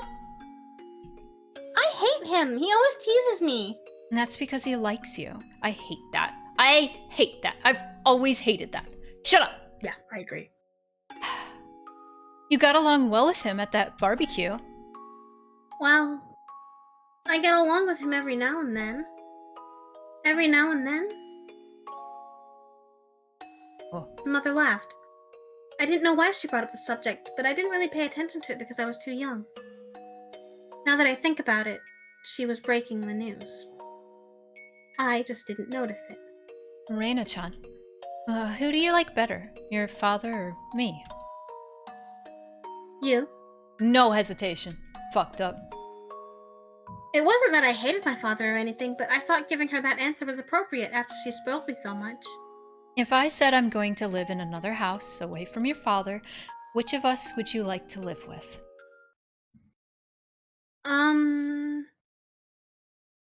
Huh? I'm thinking about divorcing your father and getting married to Akihito-san. At that time, my mother was a very successful woman. I didn't know this at the time, but she was drafted by a headhunter to work at a bigger company where she was promoted to a higher and more responsible position, one where she could bring out the most of her talent. Of course, the position wasn't the only thing she gained. Compared to my father's low salary, my mother was earning enough money to support a family of 3 and still have some left over. I'd kind of realized it from the way she spent money. The greater a position she achieved, the more she spent time with people at her level. All of them were bright and talented. Compared to them, my father might have looked unattractive to her. I liked Uncle Akihito, but I liked him as one of my mother's friends, not in the same way I liked my father. I liked my father and mother equally, so it was very shocking to me that my mother wanted to divorce him. I felt as if the ground below me was beginning to crack. That expression, I realized, actually fit my situation very well. I had to choose which side of the cracked ground I wanted to stand on. My mother told me to live with her at her new house. Her new house meant the house Uncle Akihito lived in. I thought, a house was a sanctuary for family. I believed that a house was a holy place where strangers couldn't easily enter. That was why I couldn't believe her. How could she let a stranger invade such a holy place so easily? Why do you hate my father? My mother looked down and didn't answer. I asked her another question. Why can't you stay with my father? This sucks as an ad break because this is really important. It's fine. It's fine. I think that was the hardest and most heartbreaking of all questions for my mother to answer. In short, my mother had cheated on him. Well, She loved another man who was more attractive than my father. It was just that and nothing more. I knew more than anybody that it wasn't my father's fault. First of all, he decided to move from Hinamizawa to support my mother as much as he could. For him, nothing good had come from that. Actually, I think he had a very tough time since we moved to Ibaraki. But he volunteered to be her support and tried very hard to do that. I thought my mother appreciated his support. So, I took her decision as a betrayal. I told her that I disagreed with everything, including their divorce. I said it very loudly and made everybody in the store jump. Sure, continue your relationship with Uncle Akihito, but don't divorce my father. I feel bad for him. I feel terrible for him. He has been doing nothing but support you patiently this whole time. How could you do such a cruel thing to him? I screamed as loud as I could. Then my mother answered. it's too late. Why? You haven't talked with my father about this, have you? It's not too late. I'm pregnant. I saw it coming. I saw that coming. I don't know whether my mother actually told him about the divorce in person. A middle-aged woman who called herself a lawyer came to the house several times to talk with my father on my mother's behalf. She sometimes called him, too. My father begged the lawyer to let him speak directly to my mother many times, but it never happened. I could tell by the way that they talked that he had no clue when my mother had told him she wanted a divorce. Well, again, I'm not even sure if she told him in person. The lawyer told him not to meet my mother, not to call her at work, and many other things, too. To top it all off, she told him not to see my mother ever again. He wanted to talk to her. He called some of their mutual friends, but he only found out the name of the guy she was having an affair with and nothing more. He asked me, Do you know the guy? Do you know the guy? I can read like the extra like quotes and stuff. Sure. Since you're reading everything. I told him I do. I also told him that he was a funny guy and he'd given me candy many times. I'll never forget how he looked when I told him that. He hit me for the first time. He hit me so hard that his handprint stayed on my cheek for a while. Hey, welcome back from the ad. Rena's mom wants to get a divorce and get together with Akihito, and because she's pregnant, and they're getting the divorce now. And this was served very unfairly to Rena's father, who is now taking it out on Rena. Mm-hmm. Then he fell on the floor and cried loudly. And then I started to cry too. I didn't cry because he hit me. Uncle Akihito was kind to me, so I liked him and talked to him out of courtesy.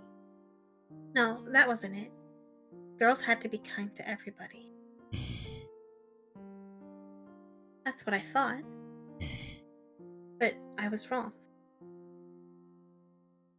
I learned in this world that there are people you should be nice to, and enemies you shouldn't be nice to. In this world, it's kill or be killed. The enemies are the ones who would destroy my life with their very existence. Whether they mean to harm me or not doesn't matter. They're like weeds growing in a flower bed. Dandelions are innocent, but they take all of the nutrition for the tulips from the soil. That's why we have to pull them out.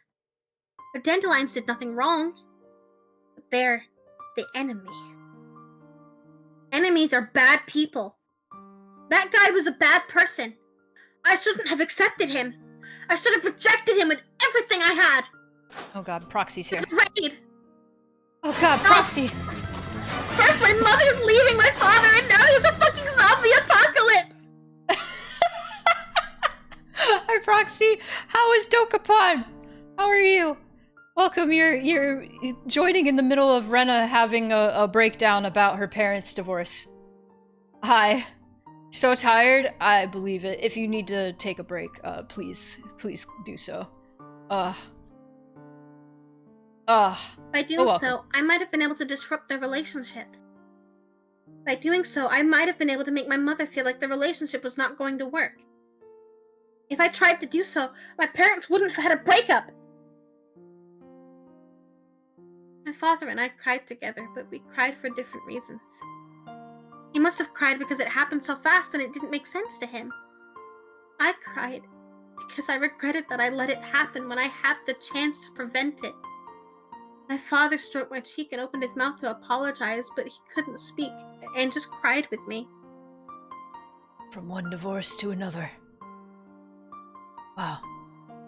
One day, the lawyer let me see my mother. My mother asked me to live with her at her house again. I didn't know what to say, so I just kept looking down and listened to her apologies. My father knew that I was going to see my mother on that day, so he handed me a letter and told me to give it to her. I don't know what he wrote in that letter. For some reason, I was able to imagine what kind of things he wrote when I felt it through the envelope. After all, the letter inside that envelope had a rough surface. He must have been crying while writing the letter, and his tears made the letter all wrinkled when it dried. Oh. My mother took the letter from me, told me that she'd read it later, and was about to put it in her bag.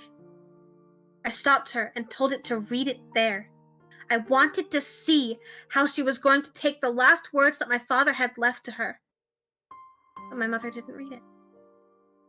She told me she wanted to read it alone later, and she put it in her bag. At that time, I realized. No, it was more than that. I should say, I knew. Because it was so obvious. I knew that my mother was lying. She had no intention of reading my father's letter. She was going to throw it away after I was gone, but she lied just because she wanted to seem like a nice person in front of me. The slight curl in her eyebrows and lips told me more than clearly anything else. At that moment, I finally knew something else. The guy she was having an affair with wasn't the only bad person. My mother was also a bad person. Since that moment, the existence of my mother disappeared from my world like dry ice evaporated. I didn't have to hesitate about whom to live with anymore. I don't want to go to your house.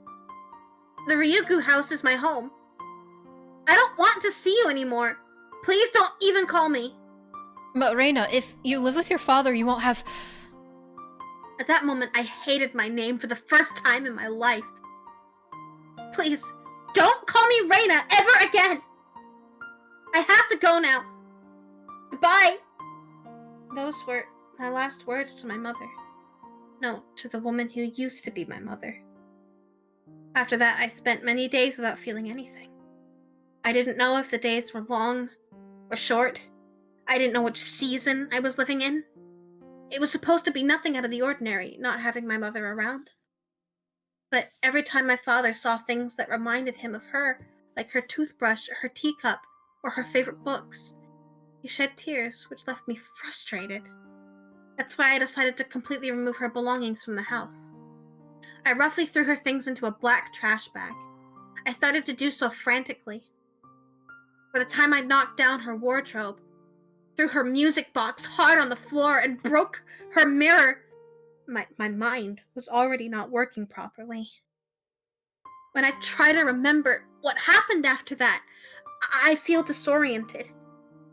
That's because the pills the doctor gave me back then made me feel disoriented and lethargic every time I took them. It seems that dullness hit me especially hard. Since every time I try to remember that time, it makes me feel disoriented and lethargic, just like the pills made me feel. I destroyed everything that smelled like my mother. But the thing I wanted to destroy the most might have been myself. Even after I threw all of her belongings away, I still couldn't stop feeling regret, and I decided to blame myself in the end. Maybe I was thinking that I wanted to do damage to her reputation and successful life by destroying her daughter, destroying myself. When I was about to reach that very last resolution, Oyashiro-sama came to me. Oyashiro-sama told me to go back to Hinamizawa. Yes, all of this was because of his curse. Oyashiro-sama brought a curse upon the Ryuugu family because we broke his rule and abandoned Hinamizawa. After I figured that out, everything started to make sense to me. All the crazy things that happened after my mother was gone. The curse of Oyashiro-sama did all of that to us. It was Oyashiro-sama's voice that was telling me to come back to Hinamizawa. That's right. We should have stayed in Hinamizawa. Everything went crazy because we moved. We had to go back to Hinamizawa. I started to feeling disoriented again, and a dull pain ran through my head.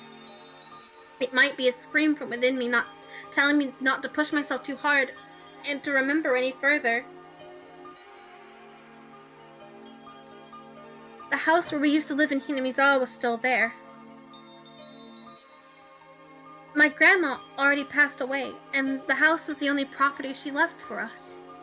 I remembered that I used to live in Hinamizawa, but all I remembered was that it was a village that I used to live in right until I went to elementary school.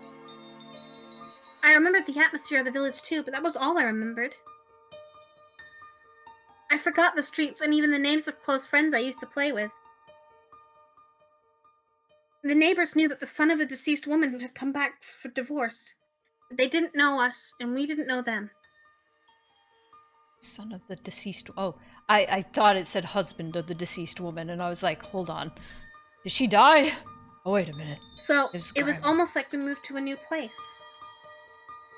However, as far as I was concerned, it was still my hometown that I'd come back to. At first, everything was inconvenient compared to life at Ibaraki, and it was hard for both of us to adjust. But we renovated the old house, and it was only me and my father. Life here seemed to make my father forget his pain from the divorce. Mi-chan was very kind to me, and I started to get used to my new life too. I did everything around the house, and we gradually went back to a time when we used to live happily. Anybody can live a happy life. People sometimes say that people are born to be unhappy, but I believe that's just an excuse for people who don't even want to try. Yeah. I won't give in to fate. I'll never give up trying to recapture the happy times that I lost. I'm going to become happy to the point where I don't even feel the happiness anymore. I'm not going to cry anymore. I'll never cry again. I used up all of my tears on that night my father hit me. The curse of Oyashiro-sama is over because we came back to Hinamizawa. So I'm going to have a happy life from now on. All of a sudden, big raindrops hit the roof of the car and I recovered my senses. It was still raining hard. It had already gotten dark outside. The shadows the table lamp created were very dark, and it looked as if there's nothing else around me.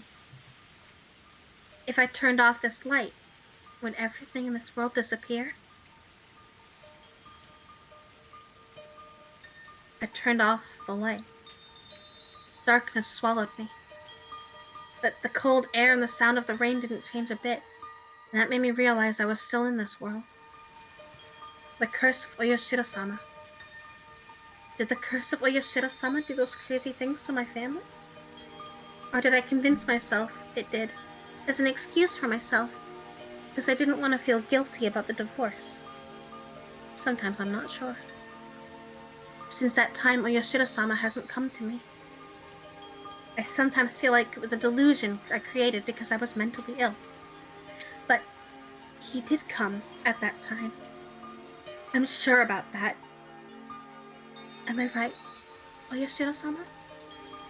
I was unhappy after I left Hinamizawa, but I came back and I'm happy now. But where am I supposed to go now that I'm unhappy in Hinamizawa? Where? Stop it, Rena! Don't think that you're unhappy! I am happy! I will be happy! I can definitely be happy! Suddenly, I felt that if this darkness swallowed me, I'd never be able to be happy again. I found the switch of the table lamp and turned it back on. When I looked at the clock, it was already past 11 p.m. I had to go home. I wouldn't have time to prepare my lunch for tomorrow. At least, I'd have to set the timer on the rice cooker. It didn't look like the rain was going to stop anytime soon. I looked out of the window to see the rain, but could only see my reflection. I talked to that reflection in the window. I'm so glad that my father's happy. He'd been acting like he was dead for a long time. The smile on his face is a good sign that he is regaining his former happy life. He became miserable because of me. That's why I don't mind doing things for him until he regains a smile and we become truly happy. When I stay here alone for a while, it gives him some time to be alone with her. Plus, I don't have to fake a smile. Then, my reflection in the window tells me, Rena, you're such a good girl. You're kind to everybody and love them equally. You can make anybody like you. But did you forget something? In this world, there are people you should be kind to. And enemies that you have to reject with all you've got. I thought you learned that lesson. No, don't listen to her. My reflection is always mean. She always says mean things and makes fun of my worries. But she always tells me things that I can't say myself. Let's go home, Rena. To your home. Forget about the mean Rena in the mirror. I was a bit hungry by then. After all the desserts I ate, I still got hungry. I almost forgot. Rena-san bought me a shortcake. I've never had a shortcake from Angel Mort, but I bet it'll taste good. I'd have to give my thanks to Rena-san the next time I see her. Rena-san speaks in a way that it makes very clear how she grew up, but I'm sure she's a good person. That's because she's so good to my father. I did everything I could to make my father smile, but I failed. On the other hand, Rena-san can put a big smile on his face so easily. I have to thank Rena-san. I have to thank her for cheering up my father, but I don't know why. I just don't like her perfume.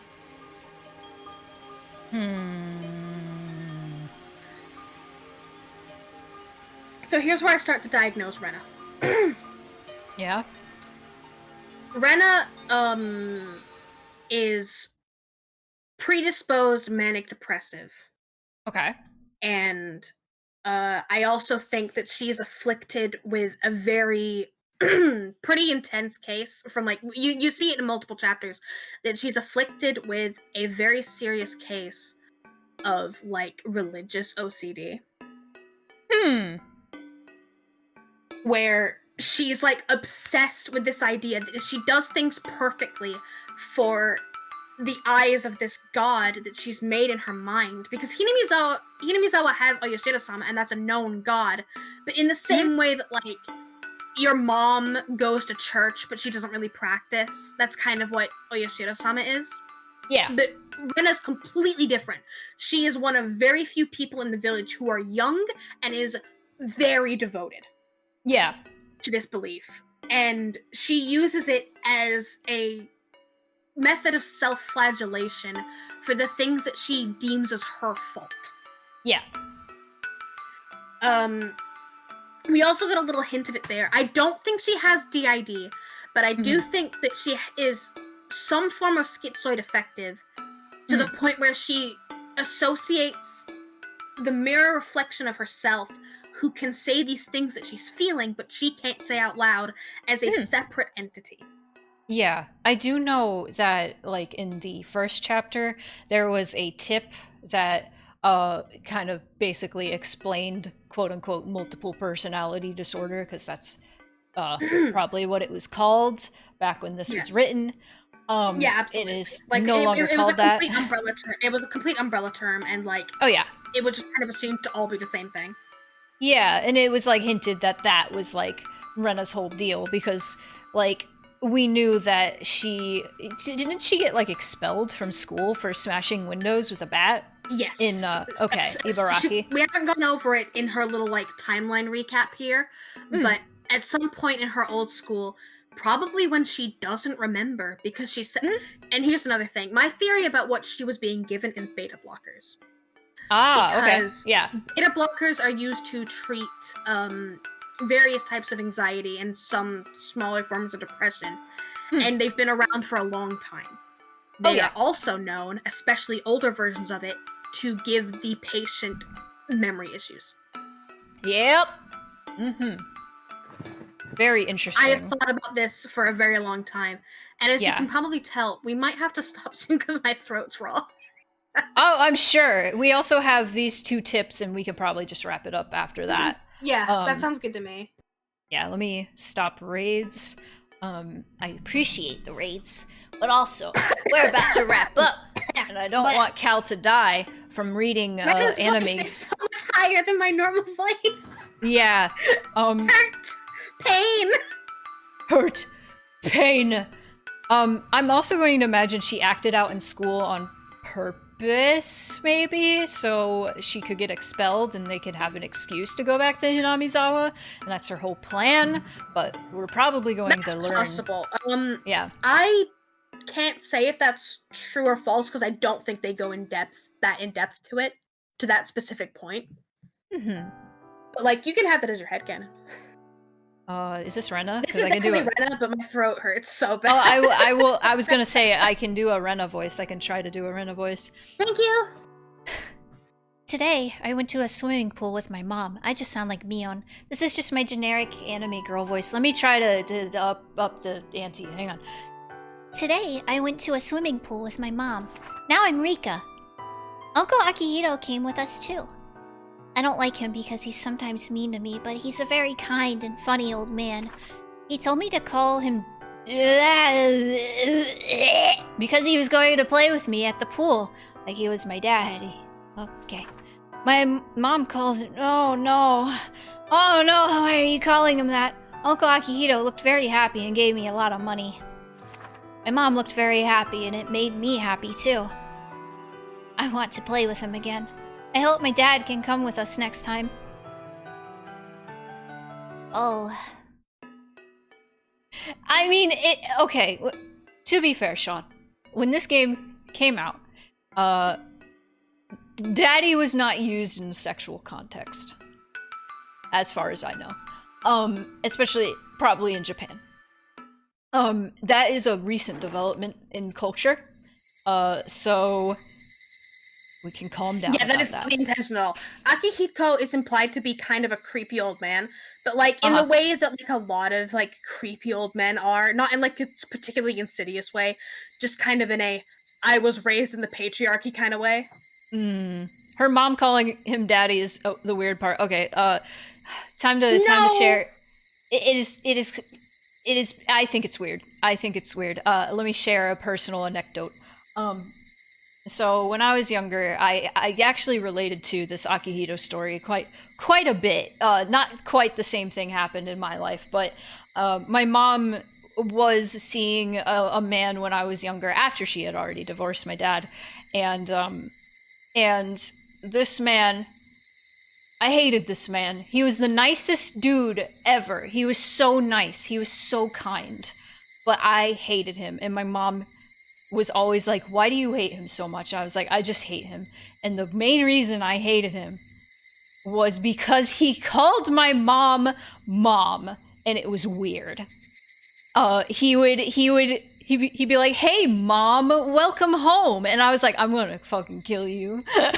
Like, I was like 6 or 7. I was very young. That shit creeped me out. And I didn't even register it as like a sexual thing. It just weirded me out. Like, not normal. It's not uncommon for the mom to call the dad daddy in a normal way, especially for young kids. Yeah, like in the perspective of like say Rena's mom is saying like, all right, Rena, go say hi to daddy, you know? Like, that's in that context, yeah. But if they're like one-on-one with each other, like, hey daddy, like, shut up. No, that grosses. I don't like it. I'm gonna be your stepdad. Nice. I don't know. Okay, I opened the window, placed my cushion nearby, and prepared to enjoy the weather. But she came over and disrupted my peaceful evening. She always ruins my time of solitude. Is this Rena too? I believe so. Oh, this is Rika. You look pleased. Oh, that's right. You ate lots of your favorite sweets today. This girl loves sweets more than anything. I like them too, but I can't eat like she does. It'd give me heartburn if I ate the amount she ate today. She seemed to be very happy, so I'll leave her alone for a while. Oh, this must be Rika. I've been making my favorite hot and salty food for the past few days, so she must be quite pleased today. It was a very fun day for me, too. I just wanted to enjoy the memory of the excitement I felt today by sitting here quietly, enjoying the sunset. When I looked up at the sky, I saw some thick clouds forming there. The wind was a bit cooler than usual. It might start raining soon. People say that when deep sea animals come up to the shallows, it's a sign of a big earthquake or a tsunami. I saw a very rare fish that dwells in a deep water in the shallows today. Just as the ancient stories of sea monsters say, people hate deep sea animals and tend to interpret them as omens of disaster. It didn't matter if they showed up alive or dead. I said something interesting just now. Even if they showed up alive or dead, it was an omen of disaster. Oh, it might start raining soon. Yeah, I know. You don't have to tell me. I'll get the laundry. I grabbed a basket and went outside to take the laundry in. The clouds were getting darker. I normally like rain, but I didn't think I'd enjoy it today. That was a confusing scene. I'm pretty sure that was all Rika. We will see. Who was she talking to? Bum bum bum. Okay, I wanna, what was the name of the girl in the sweet shop? Angel Mort? Rena? Yes. Rena. Okay, I find it very interesting that her name is Rena, and then we have Rena. And Rena's quote-unquote real name is Rena. That is fascinating to me. I also wanted to point out, I don't think anybody else in Angel Mort addressed Rena at all. And I also there was like the waitress, the waitress and the and the cafe owner. Okay, never mind.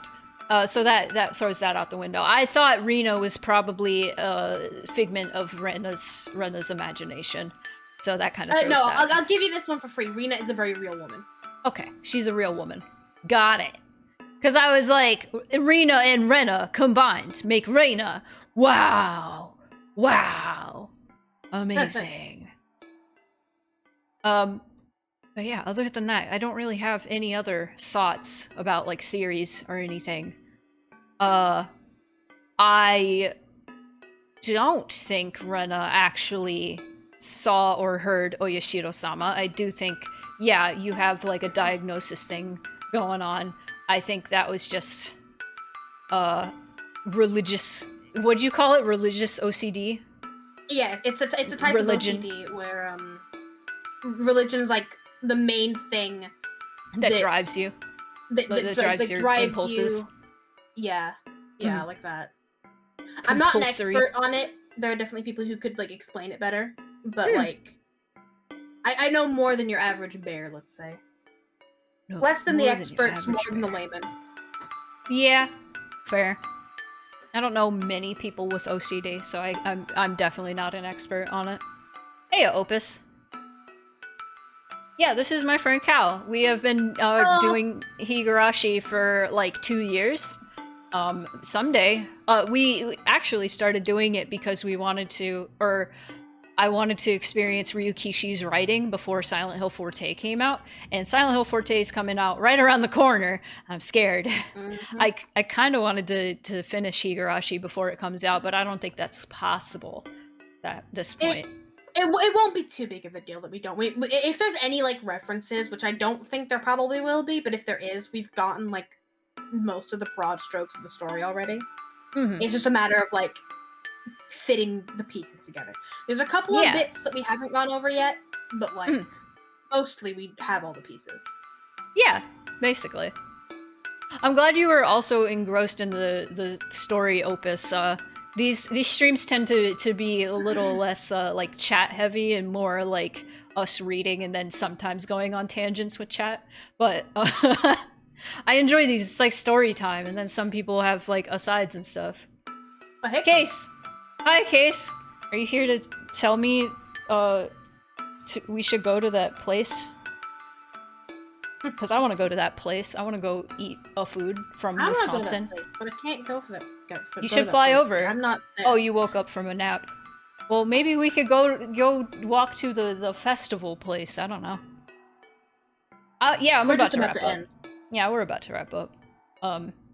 It's always, like, I love doing the Higurashi streams. They're so exhausting because we have to read everything out loud, but it's fun.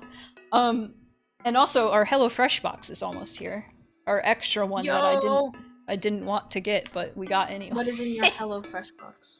I don't remember because I didn't choose the recipes. There is a pork one though, and I need to give that to my other friend. Anyway, Do you not eat pork? not really. It makes me sick. I kind of empathize with that. I'm like, you know me as like not a vegetarian guy. I am very into eating meat, but like I can eat sausage and I can eat bacon, but like yeah, same. any pork beyond that makes me feel very ill. I know exactly what you mean. Pork fillets, like pork chops and like ground pork, makes me ill. Oh, I think it makes it's me probably ill. because it's so salty. It's just like a very naturally Probably. salty meat. Alright, we got Scorch is playing Dark Souls 3. Yeah, with Dusk. I want to know how our many- options, if there are any others. Miss Jackie is playing Majora's Mask Crowd Control. I think she might have just started a little bit ago. She Both of usually those goes sound like, good. yeah. Yeah. I'm dancing to the song. There's Hope Dreams. Hope Dreams is playing Lies of P. I've never raided Hope Dreams, I don't think, but I do know of them.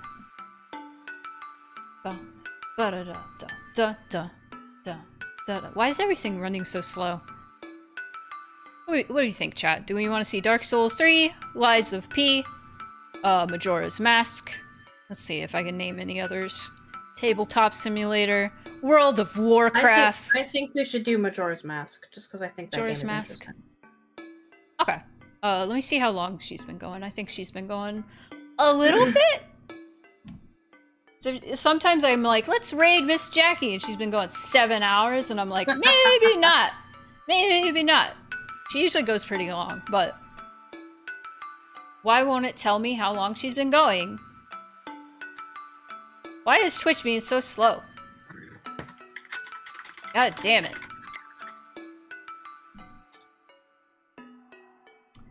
You know what? It's fine. Let me just switch over to the stream ending. She's been going and then for we can... 41 minutes. Okay, that's good then. I rated her pretty recently after I did the creepypasta reading because I wanted to read Ben Drowned but didn't get the chance. So I was like, you know what, this works because she was doing like corruptions of Majora's Mask, and I was like, you know what, that's suitable. Let me also make sure I save the game before I close it. That would suck. Yeah. End of chapter 3. Cool, we did 3 chapters. You sure did. Oh, man. Okay. Raid Miss Jackie. Make sure I get it right. CR.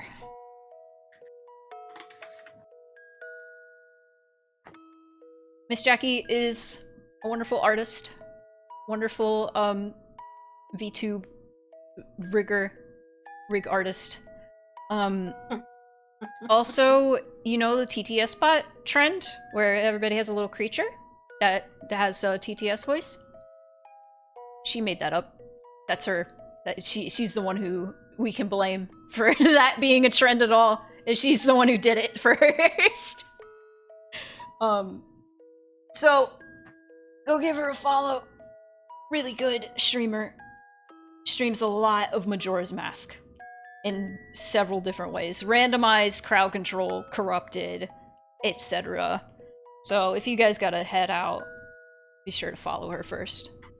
She also did the same exact thing in Shattered Memories when she saw the cat house. And went, oh my god, it's my house! And then called them and was like, and it was, you know, a whorehouse. And she was like, never mind, that's not my house anymore. I did the same fucking thing and sent her the clip, and I was like, holy shit! This is amazing. We're on the same wavelength. Anyway. I'm done talking up. Good night, everybody. Done talking up the person we're rating. Go follow!